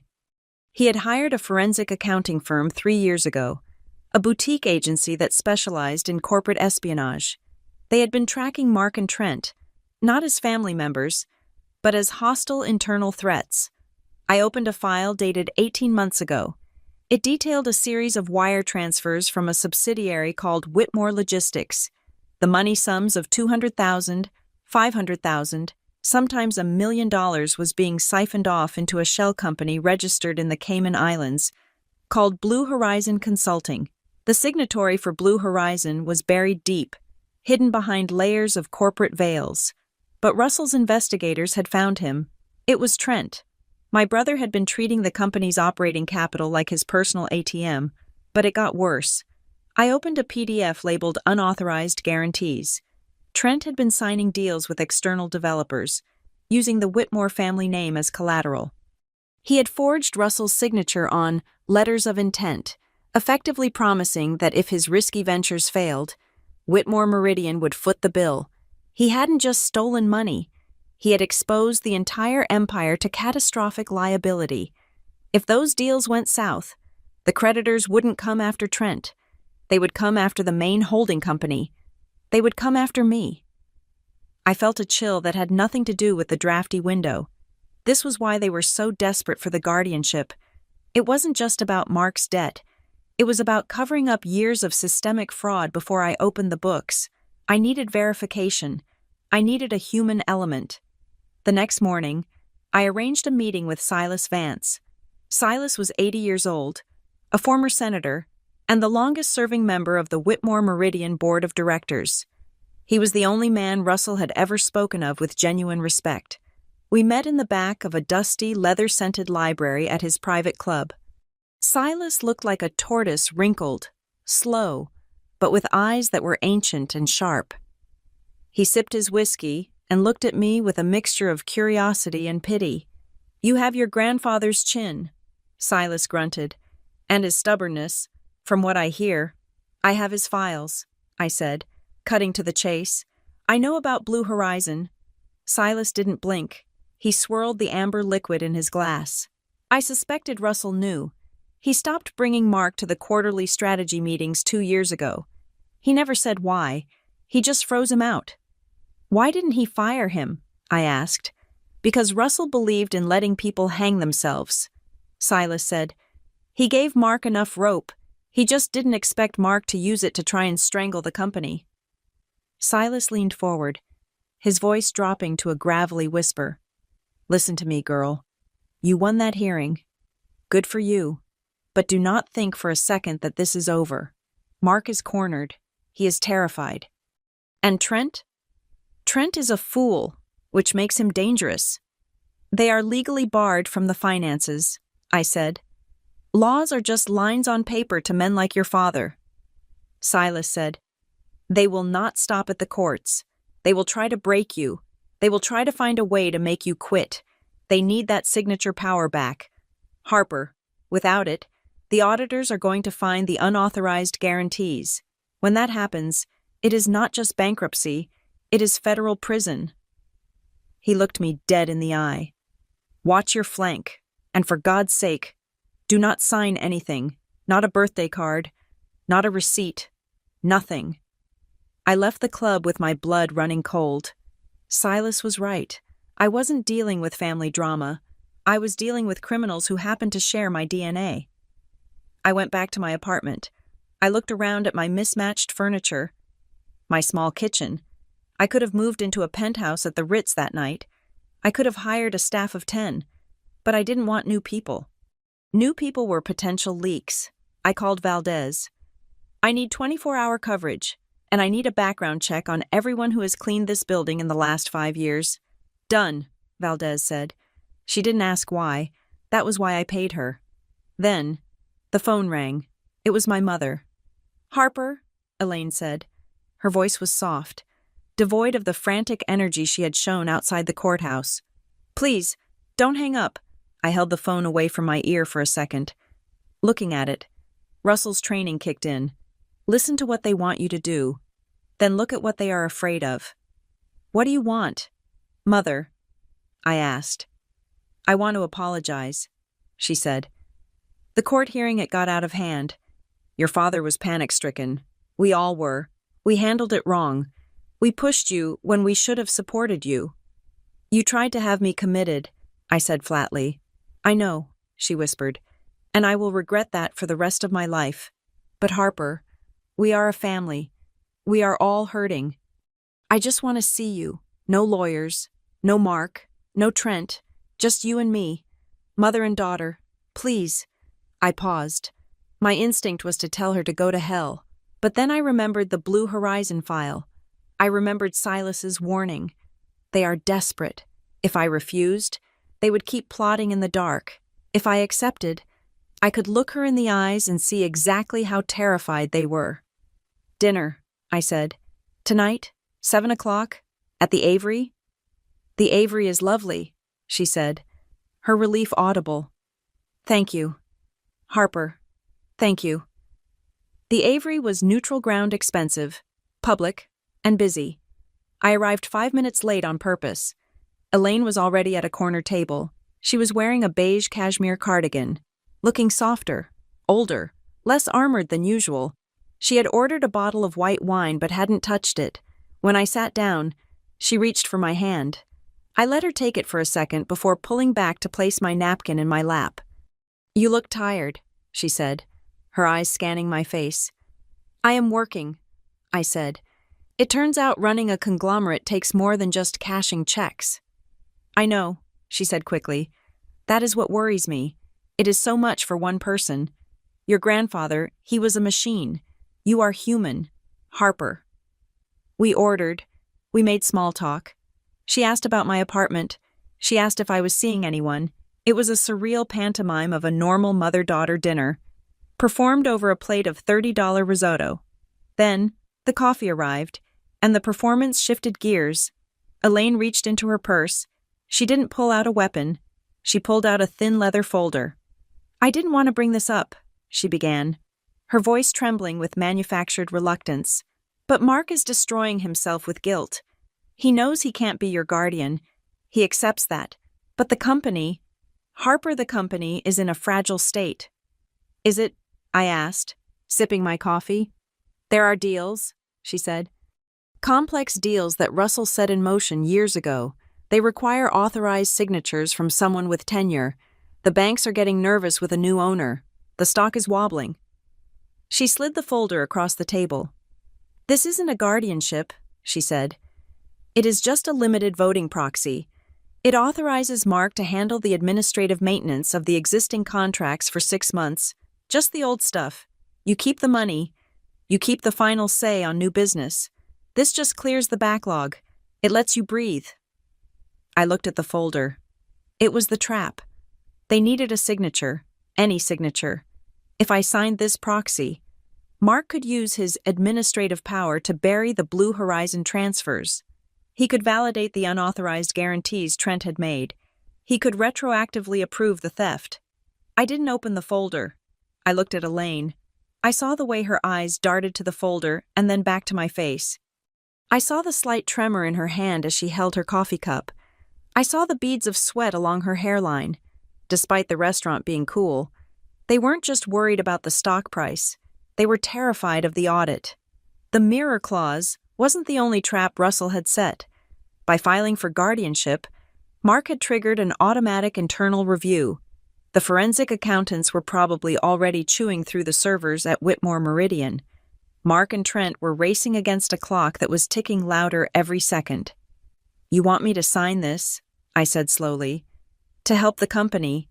To help you, Elaine corrected, leaning in. So you don't have to worry about the boring details. You can just enjoy your life. Harper, you won. You have the billions. Why burden yourself with the paperwork? I see, I said. I picked up the folder. I felt the weight of it. Elaine held her breath. Her eyes were wide, hopeful, desperate. She thought she had me. She thought that the tired, overwhelmed daughter would take the easy way out. I will think about it, I said. Oh, she said. disappointment flashing across her face before she hid it. Of course, but the banks? They need an answer by Monday. If we delay, we might lose some critical financing. Monday, I repeated. I will let you know by Monday. I stood up. Thank you for dinner. Mother? Harper, she called out as I turned away. I really do miss you. I stopped. I looked back at her. She looked small in the big leather booth. I know, I said. But you miss the version of me that did what she was told. I walked out of the restaurant with the folder under my arm. I didn't intend to sign it. I intended to give it to Halstead. As I got into my car, where Valdez was waiting, I realized something. Russell was right. They hadn't changed. But the dynamic had.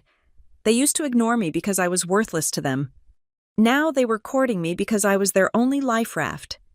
I opened the folder in the back seat. The document was dense, full of legal jargon. But on page 3, buried in a paragraph about operational continuity, was a clause that would have granted Mark retroactive indemnification for all financial decisions made in the last 2 years. He was trying to get me to sign his pardon. Where to? Valdez asked. The office. I said, I need to send an email to the auditors. At this hour. Especially at this hour, I said. My mother just confirmed that they are hiding something big, and I'm going to find it before Monday. The car pulled away into the night. I wasn't the prey anymore. I was the hunter, and I could smell the blood in the water. Monday morning arrived with the subtle, grinding tension of a tectonic plate shifting. The atmosphere at the headquarters of Whitmore Meridian Holdings was not frantic panic, and high finance is always silent, but it was heavy. The stock had dipped 4% in pre-market trading. In the world of billions, 4% is a bloodletting. The board of directors had called an emergency session. The official agenda was leadership transition and stability, but everyone knew the real title was, Is the heiress a liability? I arrived at the tower at 8 in the morning. I did not take the private helicopter my grandfather used to use. I took the sedan. I wore a charcoal gray suit, white shirt, no jewelry except a watch. I pulled my hair back into a tight, severe bun. I did not look like a socialite. I looked like what I was, a compliance officer walking into an audit. The first battle happened before I even reached the elevator. In the lobby, a scene was unfolding that stopped the morning rush of employees in their tracks. Mark Whitmore was standing by the security turnstiles, his face a mask of indignation that was rapidly crumbling into rage. I am Mark Whitmore, he was saying, his voice echoing off the marble walls. I have been the chief operating officer of this company for 20 years. You cannot block my access. The head of security, a large man named O'Connell, who used to drive for Russell, stood impassively in front of the gate. I am sorry. Mr. Whitmore, your credentials have been revoked pending the internal review. The list comes directly from the late chairman's instructions. The chairman is dead. Mark snapped. I am here to address the board. I have critical information regarding the competency of the new majority shareholder. This is a matter of fiduciary duty.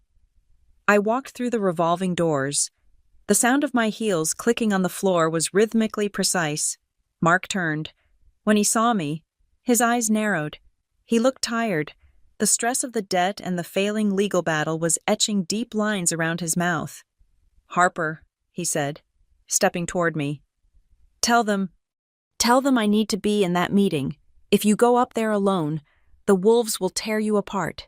You do not know these men. You do not know how they operate. I stopped. I looked at the father who had once told me I was a bad investment. I know exactly how they operate. Mark, I said. They look for weakness, and right now, screaming in the lobby looks very weak.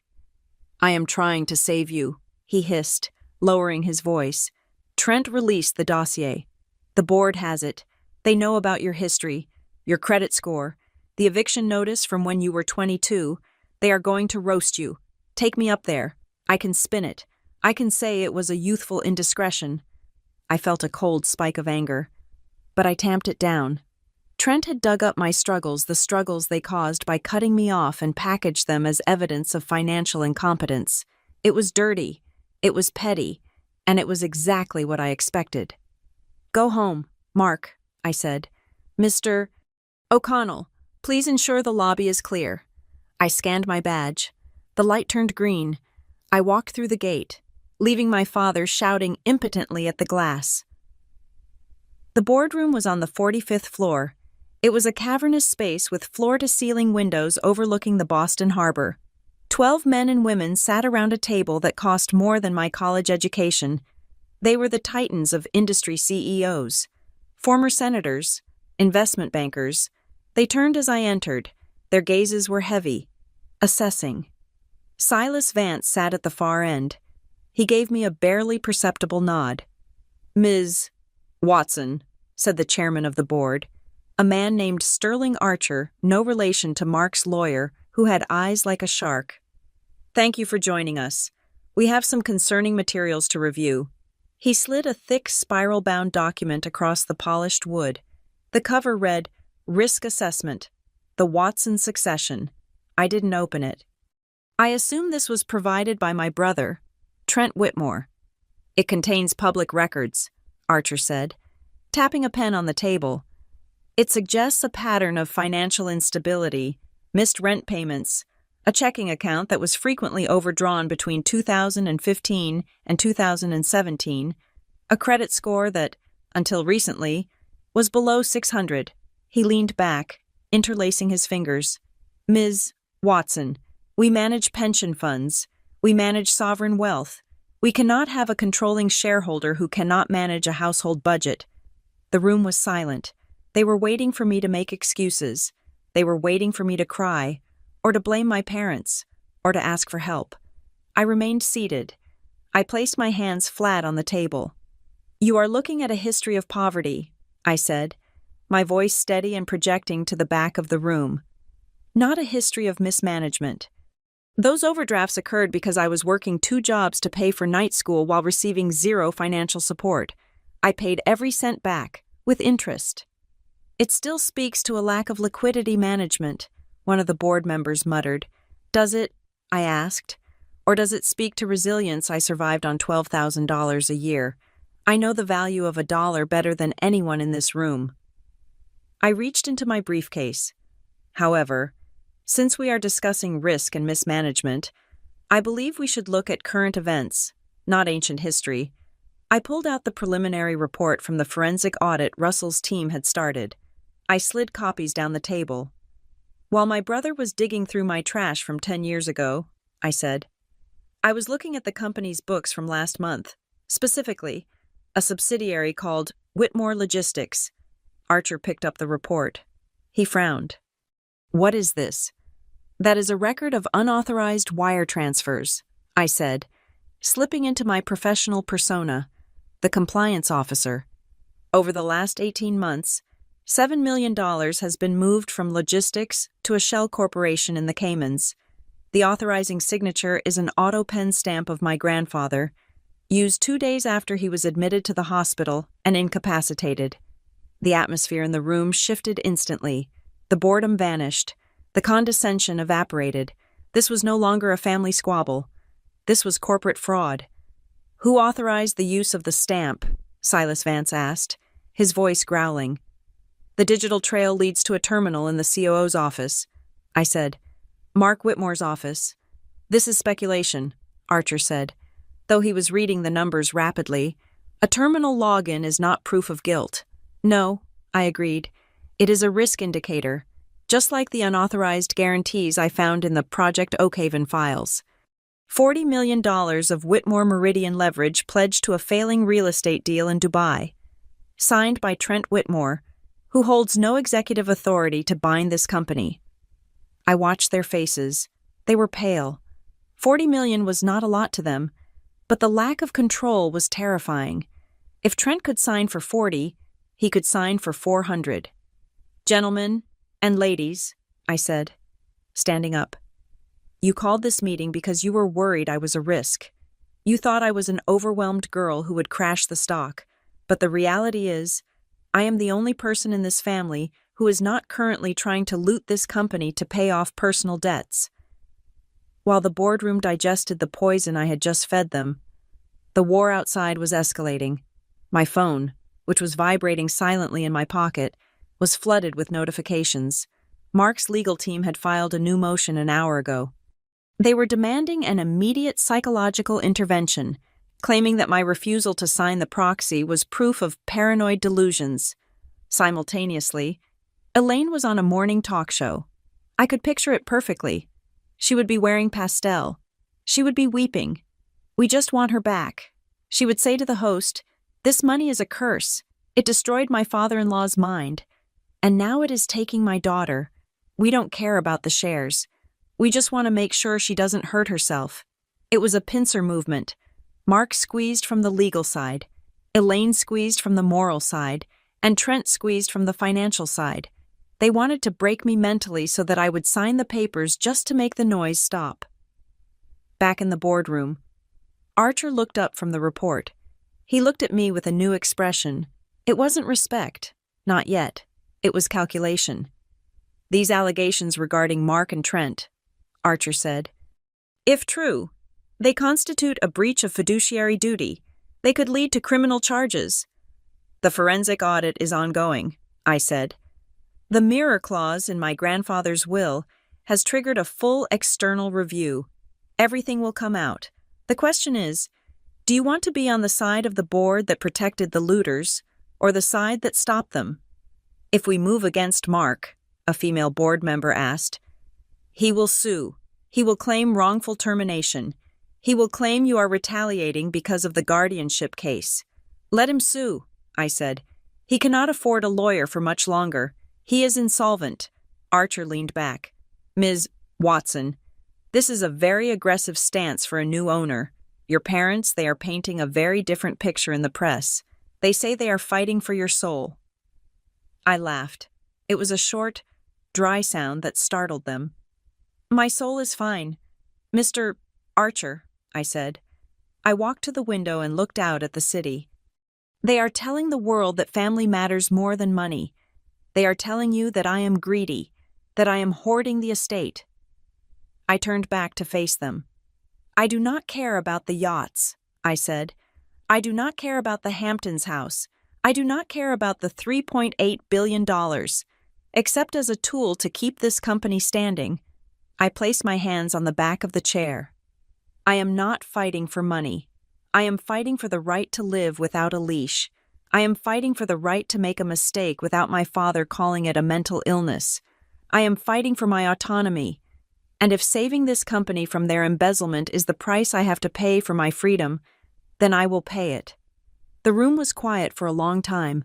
The ticking of the clock on the wall seemed very loud. Silas Vance cleared his throat. "I move," Silas said, his voice raspy but strong, "that the board acknowledges Harper Watson as the sole representative of the Class A shares. Furthermore, I move that we suspend Mark Whitmore's executive privileges pending the results of the audit." "Seconded," said the woman who had asked about the lawsuit. Archer looked around the table. He saw the nodding heads. He saw the fear in their eyes, not of me, but of the liability Trent and Mark represented. "The motion carries," Archer said. He looked at me. "Ms. Watson, we will issue a statement supporting your leadership transition. We will also issue a memorandum to security. Mark and Trent Whitmore are to be considered external risks. They will be barred from company property." "Thank you," I said. "However," Archer added, his voice hardening, "this audit must be conclusive. If you are wrong, if this is just a family vendetta dressed up as compliance, the board will turn on you. We protect the share price, Ms. Watson, not the person." "I understand," I said. "The numbers do not lie. Only people do." I left the boardroom 10 minutes later. I walked back to the elevator, my legs feeling slightly numb. I had walked into the lion's den and convinced the lions to eat the other tamer. As I stepped into the lobby, I saw that Mark was gone. O'Connell, the security chief, gave me a sharp nod. "We escorted him out. Ms. Watson," O'Connell said. He was displeased. "I can imagine," I said. I walked out to my car. The air outside felt different. It was still cold, still gray. but the crushing weight on my chest had lifted slightly. I had stripped them of their corporate power. They could no longer use the company as a shield or a weapon, but I knew it wasn't over. I had taken their shield, but they still had knives. As the car pulled away, my phone buzzed again. It was a text from an unknown number. "You think you won? But you just opened the box. Watch the news tonight." It was Trent. I looked at the screen, and then I deleted the message. They were cornered. They were desperate. And I was just getting started. I had won the boardroom, but the final battle would be in the one place they thought they owned the court of law. And I had one final card to play that they didn't even know existed. The silence I had fought so hard to achieve after the boardroom victory lasted less than 48 hours.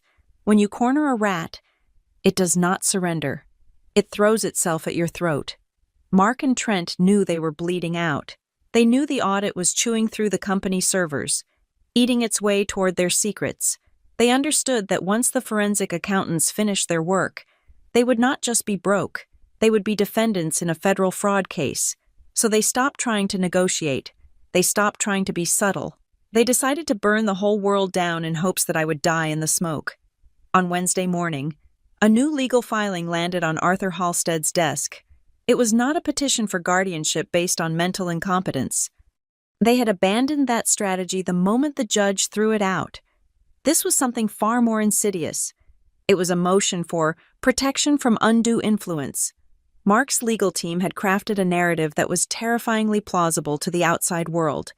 They claimed that I, Harper Watson, was a naive, estranged daughter who was being manipulated by a predatory legal and security team. They argued that Arthur Halstead and my security consultant, Valdez, were the ones actually running the company, using me as a figurehead to loot the estate. It was projection at its finest. They accused me of being a puppet because that is exactly what they wanted me to be. "They are trying to sever your support system," Halstead said, tossing the filing onto his desk. "If they can convince a judge that I am manipulating you, the court could appoint a neutral third-party conservator. That freezes the assets. That freezes the audit. It buys them time." "Time to hide the money they stole," I said. "Exactly," Halstead said. While Mark fought in the courts, Elaine took to the airwaves.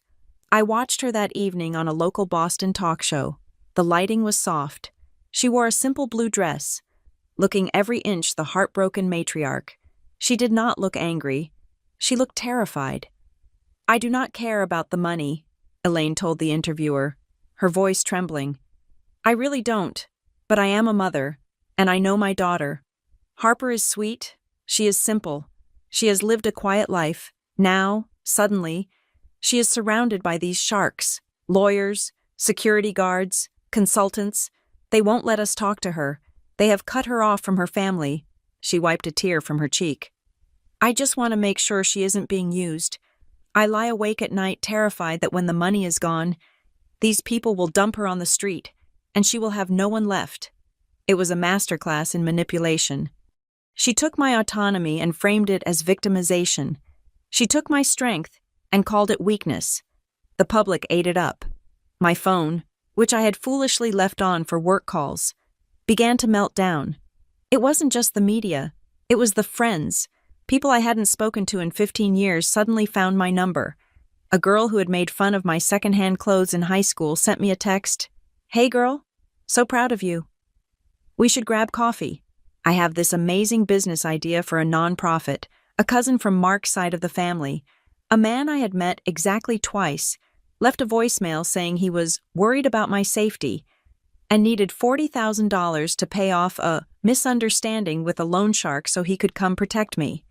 I felt like I was drowning in a sea of insincerity. Every ring of the phone was a reminder that to these people, I wasn't a person. I was a lottery ticket. I was a walking ATM. I sat in my apartment, the blinds drawn. Valdez was standing by the window, watching the street. "There is a news van parked down the block," she noted, "and 2 paparazzi on motorcycles." "Let them wait," I said. "I am not going out." I felt a sudden, crushing wave of exhaustion. Maybe Mark was right. Maybe I wasn't built for this. I was just a compliance officer. I liked quiet rooms and spreadsheets. I didn't want to fight a war every time I opened my front door. Then, my laptop chimed. It was a specific sound, a heavy digital thud that I had never heard before. I walked over to the desk. A window had opened on my screen. It was red. Protocol mirror activated. Trigger event. Filing of motion, 44B, undue influence. Status unsealed. I froze. The mirror clause. Russell had been more paranoid and more brilliant than even I had realized. He hadn't just anticipated a guardianship hearing. He had anticipated the specific legal maneuver of claiming undue influence. He knew that if they couldn't call me crazy, they would call me brainwashed. The filing Mark had submitted that morning had been the final key. By claiming I was being manipulated, he had unlocked the nuclear warhead. "Halstead," I said, hitting the speakerphone. "Check your email." "I see it." Halstead's voice came through, sounding breathless. "My God, it was automated. It went to the judge, the SEC, and the board of directors simultaneously." "What is in it?" I asked. "I am opening the primary attachment now." Halstead said, "It is an audio file. Harper, you need to listen to this." I clicked on the file on my own screen. The room filled with the sound of static, then the clearing of a throat. It was a sound that made my heart stop. It was Russell. "This is Russell Whitmore," the voice said. It was strong, clear, recorded years ago, before the sickness took his breath. "I am recording this statement in the presence of my attorney and a court-appointed psychiatrist. Today is October 14th, 2021. He paused. "If this recording is being played, it means that my son, Mark, or my grandson, Trent, has filed a motion claiming that Harper Watson is being manipulated or controlled by her advisors. It means they are trying to invalidate her agency." I closed my eyes. It felt like he was in the room with me. "Let me be clear," Russell continued, his voice hardening into the steel tone I remembered from our chess games. "Harper Watson is the only person in this family who cannot be manipulated. That is why I chose her. Mark is weak, Elaine is vain, Trent is greedy. They are the ones who are easily controlled by their debts, by their ego, by their social standing. If they have filed this motion," Russell said, "it is a confession. They are projecting their own crimes. They are accusing her of being a puppet because they are terrified she will cut their strings. Do not listen to them. Listen to the money." The audio ended. But that was just the opening statement. The file contained more. It contained the smoking gun that David, the whistleblower, had only hinted at. I opened a folder labeled The Shell Game. It was a trail of documents showing that Mark had not just borrowed money for the Dubai deal. He had created a shell company called Apex Holdings. He had then used forged board minutes from Whitmore Meridian to list Apex as a subsidiary of the main family trust. He had effectively mortgaged the family's reputation to secure personal loans. He had told creditors that Apex was backed by the full faith and credit of the Whitmore empire. If the creditors called those loans, they wouldn't just bankrupt Mark. They would have a legal claim to pierce the corporate veil and come after the main estate. Mark hadn't just been stealing cash. He had been selling the foundation of the house while we were all sleeping inside it. And then there was Trent. The final folder was labeled Vote Buying. It contained a series of emails from 2 weeks ago. Trent had been sloppy. He had been desperate. He had emailed a junior member of the board, a man named Henderson. Subject, the girl, Henderson. "We need your vote on the competency hearing. If you back Mark's play to remove her, we guarantee you a seat on the executive committee and a 2% bump in your equity stake once we regain control. She is a temporary problem. We will fix it. Just give us the vote." It was bribery. Pure, documented, felony-level corporate bribery. I sat back in my chair. The room was silent, but my head was roaring. They were done. With these documents public, and they were public now, sitting in the inboxes of the SEC, and the judge, Mark, and Trent were not just out of the company, they were going to prison. My phone rang again. It was Mark. I stared at the screen. He knew. The emails had gone out. He knew the mirror clause had just detonated his life. I didn't answer. I let it ring until it went to voicemail. Then Elaine called. Then Trent. They were panicking. The rats were not attacking anymore. They were squealing. "Harper," Halstead said on the line. "We have them. The judge just emailed my clerk. She is convening an emergency session tomorrow morning to review the new evidence. She wants everyone there. This is it. This is it," I repeated. I should have felt triumphant. I should have popped a bottle of champagne. I had won. I had avenged the 18-year-old girl who was kicked out onto the street. I had protected the legacy, but I didn't feel triumph. I felt a heavy, cold clarity. "Halstead," I said, "prepare the filings. We are not just defending against the undue influence motion tomorrow." "What are we doing?"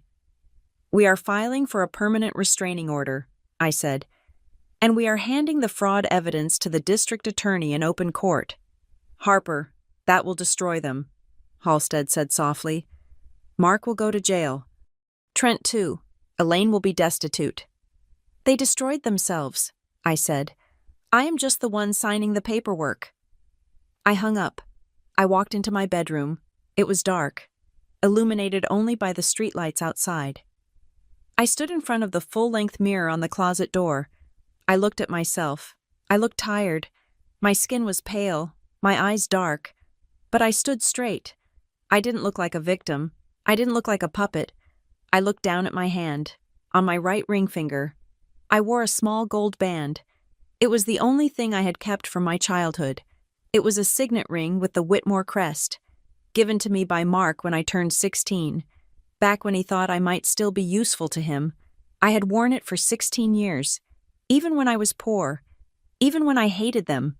I wore it. It was a reminder of where I came from. It was a tether to the idea that maybe, someday, I would be part of the family again. I twisted the ring. It was tight. My hands had grown stronger, rougher over the years. I pulled. It resisted for a second, catching on the knuckle, as if it didn't want to let go. I pulled harder, with a sharp intake of breath. The ring slid off. I held it in my palm. It felt heavy. It felt cold. It was just a piece of metal. It wasn't love. It wasn't family. It was just a brand. A mark of ownership that I had voluntarily worn for too long. I looked at my hand in the mirror. There was a pale strip of skin where the gold had been. A ghost of the ring. "Goodbye," I whispered. I didn't throw the ring across the room. I didn't flush it down the toilet. I simply placed it on the dresser, next to my keys and my spare change. It was just an object now. It had no power.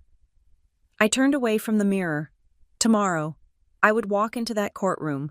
I would look my father in the eye while the prosecutors took him away. I would watch my mother realize that her tears no longer worked as currency. I wasn't afraid anymore. The siege was over. It was time for the execution. The final showdown did not happen in a boardroom or a back alley. It happened in the same sterilized, fluorescent-lit courtroom where this war had started. But the atmosphere was different this time. The air was not heavy with grief. It was brittle with the anticipation of violence. Mark and Trent sat on the left side of the aisle. They looked surprisingly confident, I realized, watching them arrange their notepads, that they truly believed their own lie. They had convinced themselves that I was a fragile, broken girl who had been kidnapped by a predatory legal team.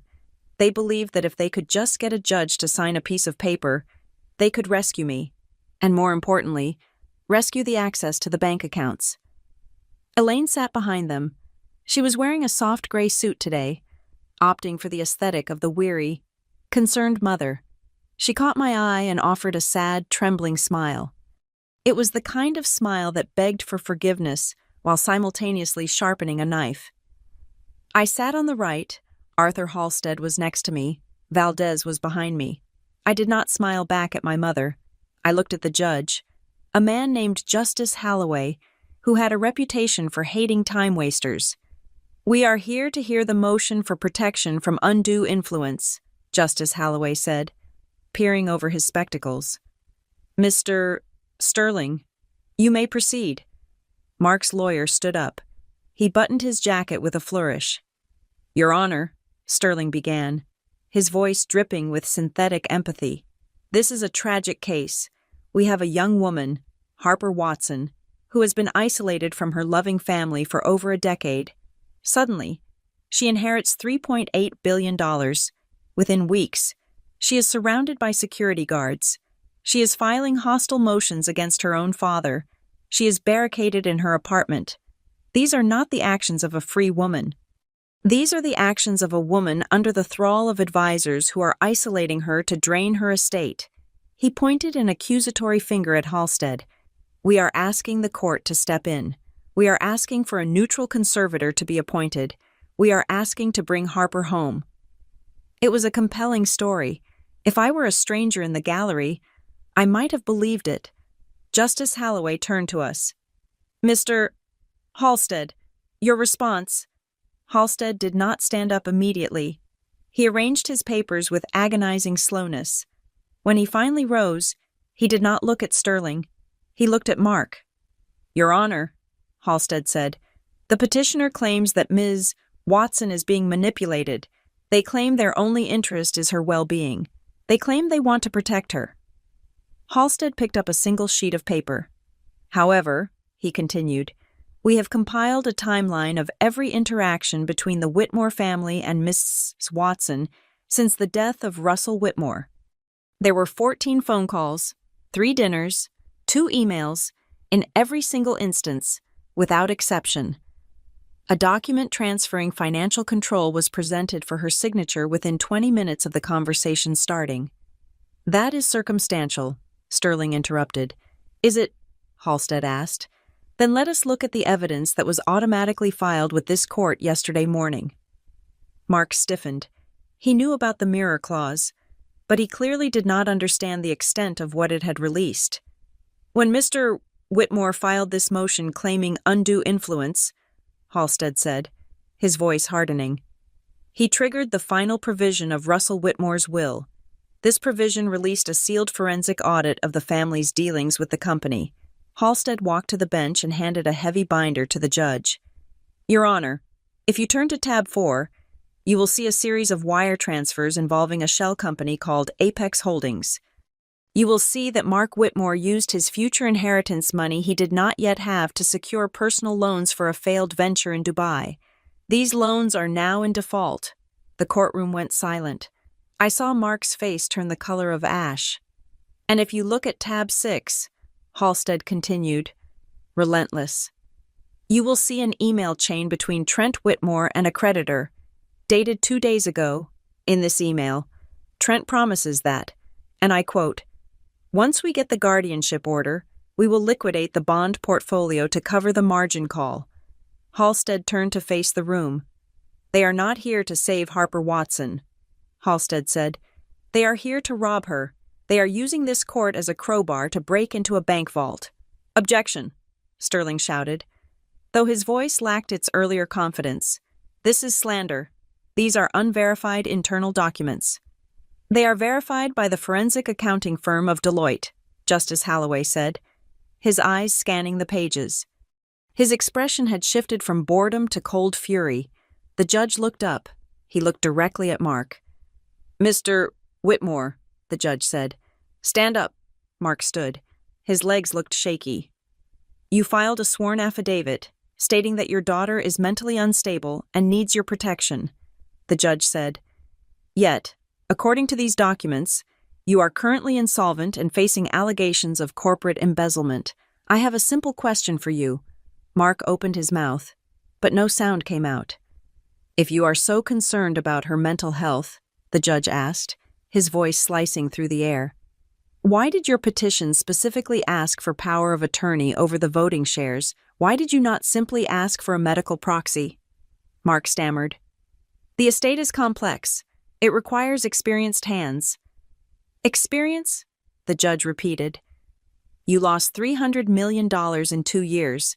That is the experience you want to bring to the table. It was a bad market. Elaine cried out from the gallery. She stood up, her composure cracking. He did his best. You don't understand the pressure he was under.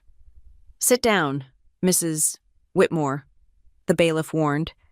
No, Elaine shouted, pointing at me. Her mask had fallen off completely. The soft, grieving mother was gone. In her place was the woman who had watched me pack my bags at 18 with cold indifference. This is her fault. She is doing this to spite us. She hates us because she wasn't good enough. If she had just been obedient like Trent, none of this would be happening. The room froze. Even Sterling, their lawyer, closed his eyes and pinched the bridge of his nose. Elaine had just admitted it. It wasn't about my safety. It was about my obedience.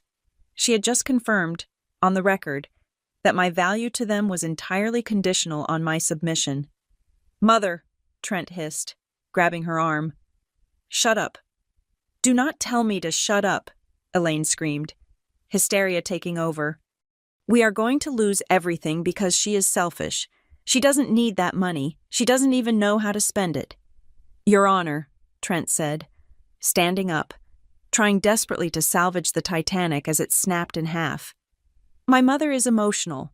Please, the point remains that Harper is not equipped to handle the strategic direction of the company. We have a plan, a temporary plan to stabilize the stock. We just need control for 6 months, just to calm the markets." Justice Holloway looked at Trent. "A temporary plan to control the stock, so you admit that the goal of this guardianship is financial control, not medical care." Trent froze. He realized, a second too late, that he had just walked into the trap. "I meant," Trent stuttered, "I have heard enough," Justice Holloway said. He slammed the binder shut. The sound was like a gunshot. "The motion for protection from undue influence is denied," the judge ruled.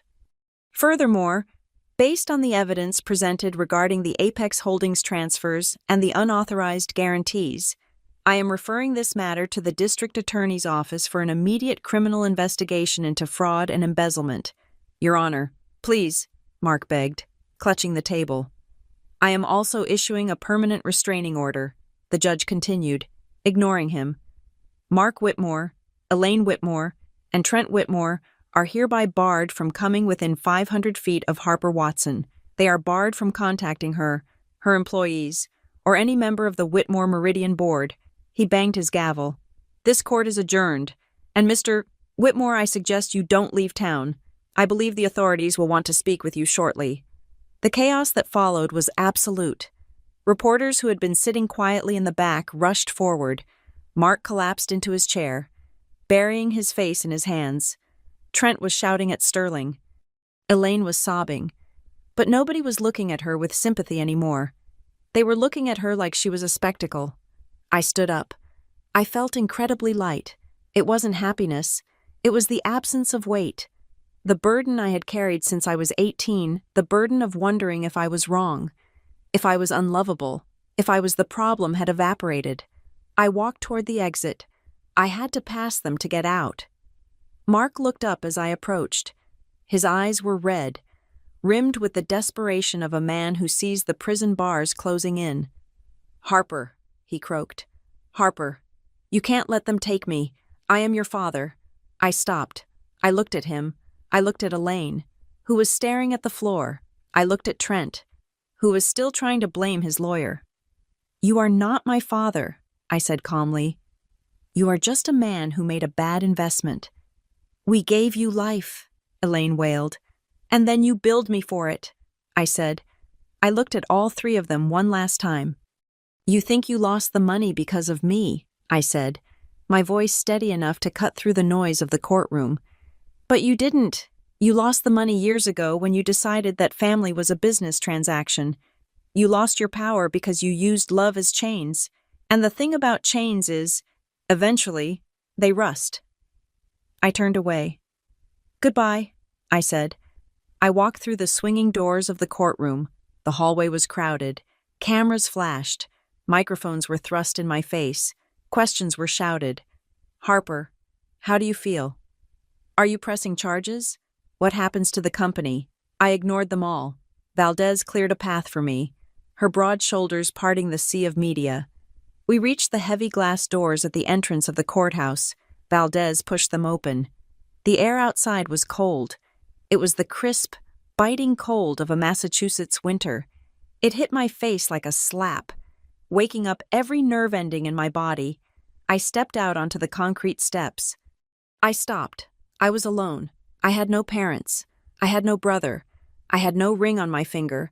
I had $3.8 billion and a company to run. But in this moment, those things felt abstract. What felt real was the silence in my head. The voices that had told me I wasn't enough were gone. The fear of the phone ringing was gone. The need to prove myself to people who couldn't see me was gone. I looked up at the sky. It was a piercing, cloudless blue. I closed my eyes and inhaled. I filled my lungs until they ached. I held the air there, tasting the cold, tasting the city, tasting the absolute, terrifying, beautiful freedom of it. Then, I exhaled. I opened my eyes. I didn't look back at the courthouse. I didn't look back at the ruins of my family. I looked forward, at the street, at the cars, at the wide-open world. I walked down the steps, my heels clicking a steady rhythm on the pavement. I had a lot of work to do, but for the first time in my life, the work was mine. Thank you so much for listening to this story of betrayal, justice, and the ultimate price of greed. I would love to know where you are tuning in from. Are you listening on your commute, at the gym, or relaxing at home? Please leave a comment below to share your thoughts and connect with others. And if you enjoyed Harper's journey, please make sure to subscribe to Maya Revenge Stories, like this video, and hit that hype button so we can share this story with even more people. Your support means the world to us.